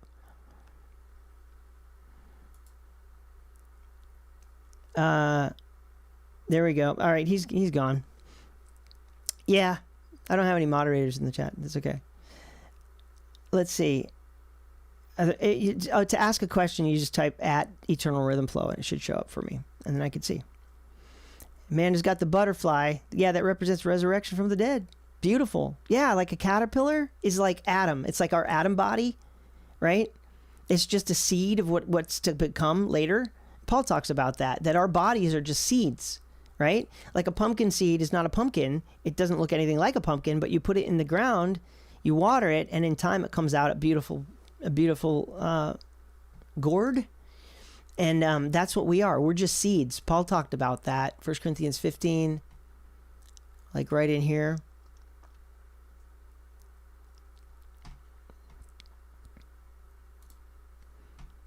And it's just like the caterpillar, right? The caterpillar goes into its cocoon, cocoon, and then it comes out a butterfly. And it's supposed to be that way. The caterpillar is likened to us in our Adam flesh and blood, and then we die as a seed. We go into our coffin, and then at the time that God wills, and he will, he takes us out immortal like a butterfly. And so he says, but some men will say, how are the dead raised up, and with what body do they come? Thou fool, that which thou sowest is not quickened except it die. So it's talking like in seed language, sowing a seed. And that which thou sowest not the body that shall be, right? But bear grain, and it may be a chance of wheat or some other grain. But God giveth a body as it pleases him, and to every seed his own body. All flesh is not the same flesh. There is one kind of flesh of men, and another of beasts, and another of fishes and birds. There are also celestial bodies terrestrial, but the glory of the celestial is one, and the glory of the terrestrial is another. There's a glory of the sun, another glory of the moon, another of the stars, for one star differs from another star in glory. So also is the resurrection of the dead. It's sown in corruption, and it's raised in incorruption. So when your body goes into the earth, that's just the seed of what you're supposed to become forever. We're just living in our little tiny life because what we are, it says that the seed has to die and then go in the earth, and then it will come out. Same thing as the caterpillar goes into the cocoon, basically kind of dies, but then it wakes up and it comes out a butterfly. Jesus went into his tomb, bloodied, bruised, and beaten into death, and he came out glorified and immortal. That's how it works. That's the whole point. That's what being born again actually is. That's what being born again actually is. And most Christians think that because I love Jesus, I'm born again Christian. That's not how it works. People take stuff out of context all the time. It's so much better than that. It's so much better than that. Resurrection is Jesus was born again. For Colossians 1:18. He's the firstborn from the dead. The seed is sown in dishonor. It's raised in glory. It's sown in weakness. It's raised in power. It's sown in a natural body, and it's raised in a spiritual body. There's a natural body and there's a spiritual body. We're all in the natural body. We're all in Adam. What's the spiritual body? Christ. It's written, the first Adam was made a living soul. We're in that body. The last Adam was made a quickening spirit. That's Jesus Christ when he came out of his grave. Howbeit that was not first which was spiritual, but that which is natural was first, and afterward that which is spiritual. So there's an order. Natural has to come first, has to die, has to go into the grave, and then it comes out as spiritual being. That's our future. Good news. It's going to be great. The first man is of the earth, earthy. That's us. The second man is the Lord from heaven. All right? As is the earthy, such are they that are earthy. That's how we are right now, because we're not dead yet. And as is the heavenly, such are they also that are heavenly. That's resurrection from the dead, born again. And as we have borne the image of the earthly, there's the word born, we shall also bear the image of the heavenly. How? Rebirth. Born from the dead. All right? And then he talks about Israel's resurrection at the last trump, which is at the end of their tribulation period. For this corruptible must put on incorruption, and the mortal must put on immortality. So, yeah, that's what we are, you guys. We're just a seed. We're a seed, and we have to go in the earth if we want the next life. You know, people talk about, do you believe in the afterlife? Yeah, I believe the Bible. It says that I'm going to be resurrected from the dead after I die, and then I'm going to live on a new earth with no corruption and no Lucifer and no demons and no Nephilim spirits and no narcissists and psychopaths, sociopaths, and histrionics. Yes, I believe in an afterlife. Yeah. Uh-huh. So, oh yeah, Threads of Hera's got the Pixel Trump. Members get, I have made little icons there, Pixel Trump icons. Nice. Gotta turn to mush before the caterpillar gets its wings. Yeah. It says that we all just go back to dust, right?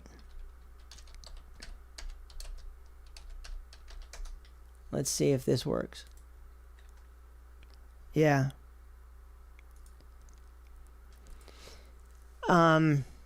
He tells Adam, God tells Adam, in the sweat of thy face thou shalt eat bread, till thou return to the ground, for out of it you were taken, for dust thou art, and unto dust shalt thou return. Right? The psalmist says, thou hidest thy face, they are troubled, they takest away their breath. God takes away their breath, and they die and return to their dust. Then shall the dust return to the earth as it was, and the spirit shall return to God who gave it. Right? When God takes away the breath, that's the spirit. Their spirit returns to God who gave it. So the body goes into the earth with the soul. The soul actually goes into the earth as well, because that's really the seed. And then the breath, like when you, like, it's the ghost, it's the spirit, it's the breath. It's all the same thing. In Hebrew, that's the word ruach, which means wind, breath, ghost, spirit. And so that's why meditation, like breathing exercises, is a spiritual practice, is because your breath is literally is the spirit.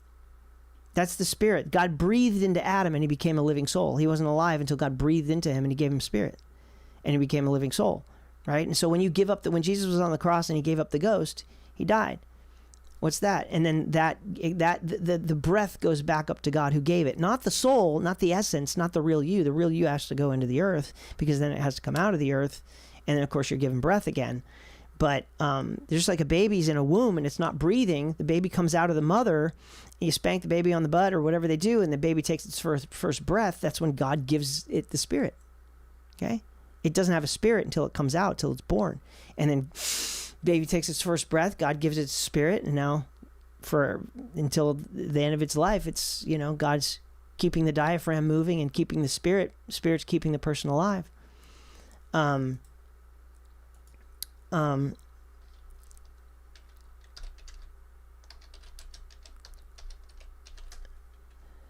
All the while my breath is in me, and the Spirit of God is in my nostrils. The Spirit of God hath made me, and the breath of the Almighty hath given me life. That's what I just said. A baby comes out of the womb, it's not breathing. comes out, as soon as it takes its first breath, God gives it life. I mean, life begins at conception, but life according to the, breathing, the breathing exercise, the exercise of breathing. The Spirit of God is in my nostrils, right? The Spirit of God has made me, and the breath of the Almighty has given me life, right? Amazing stuff. So that's what, when you take your last breath, the spirit goes back up to God who gave it, but the soul and the body go into the earth so that it can turn to dust. And then at the proper time, God takes you out of the earth to resurrect you from the dead, immortal like a butterfly.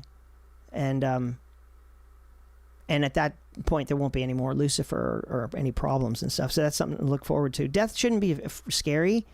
Death shouldn't be a scary thing. You should be looking forward to it, actually.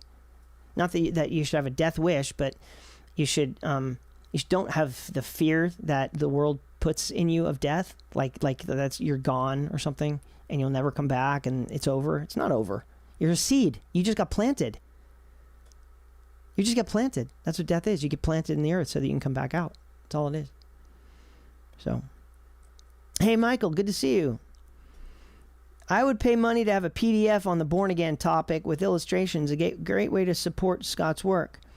Who else wants that kind of info for easy studying topics? Thank you, Michael.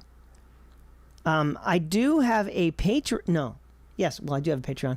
But I have a Substack now. It's Real Scott Clark with an E, SCOTTCLARKE, Real Scott Clark. It should be in my link tree, which is in the description of this video. I have a Substack now where I'm writing some articles and things like that. I could probably put PDFs in Substack for supporters. I could probably do that. I'm not sure. If anybody does Substack, find me over there. Thank you, Michael. I appreciate it. Good to see you here. I've never met or heard anyone else explain things like Scott. Thankful for him. Thank you, Michael. I appreciate that. That's really nice. Good words. Good words. Yeah, the born again topic. I did a video on the born again topic, which I can, when I'm done with this, I can link that under this video. You could also just search it on my channel. But I explain that born again is resurrection. That's what it is. You're womb born and then you're tomb born. It's really obvious. It's actually this. I could show you this. I have tons of files, as you know. Tons and tons of files. I could just keep doing. I could go all night. Let's see. If I open up a file, everything is duality with God. And I don't think the Christianity I grew up in did not teach me all the amazing things about the duality of God, how he does death and then life. And it's always night and then day. And how everything actually works is like this. It's like this. So here's a picture of Jesus, crown of thorns, right? He's bleeding. He's in Adam, right? He's born of a woman. He was born of Mary. And then he was destined to die, right? That's him over here. It says that in John, it says that the Word was made flesh, right? He's the Word of God. And he was made flesh, mortal flesh, though, because he had to die, right? And that Word was the Old Covenant. He was the Old Covenant made flesh, Old Covenant to Israel. And then he came to Israel to teach them, and they did away with the Old Covenant by putting him on the cross. But he called himself the Son of Man, right? He's mortal. He's what's called the old man, Paul talks about. He's unclean. He's born once. He's womb born from the living, right? Mary was alive. He was born from the living into a body that would die. He's born from a woman. He's flesh and blood. He's corruptible, and he had a limited life. He wasn't technically corrupt, but he was tempted because Lucifer tried to corrupt him, but it didn't work. But he was corruptible, and he lived in the body of Adam because his flesh came from Adam.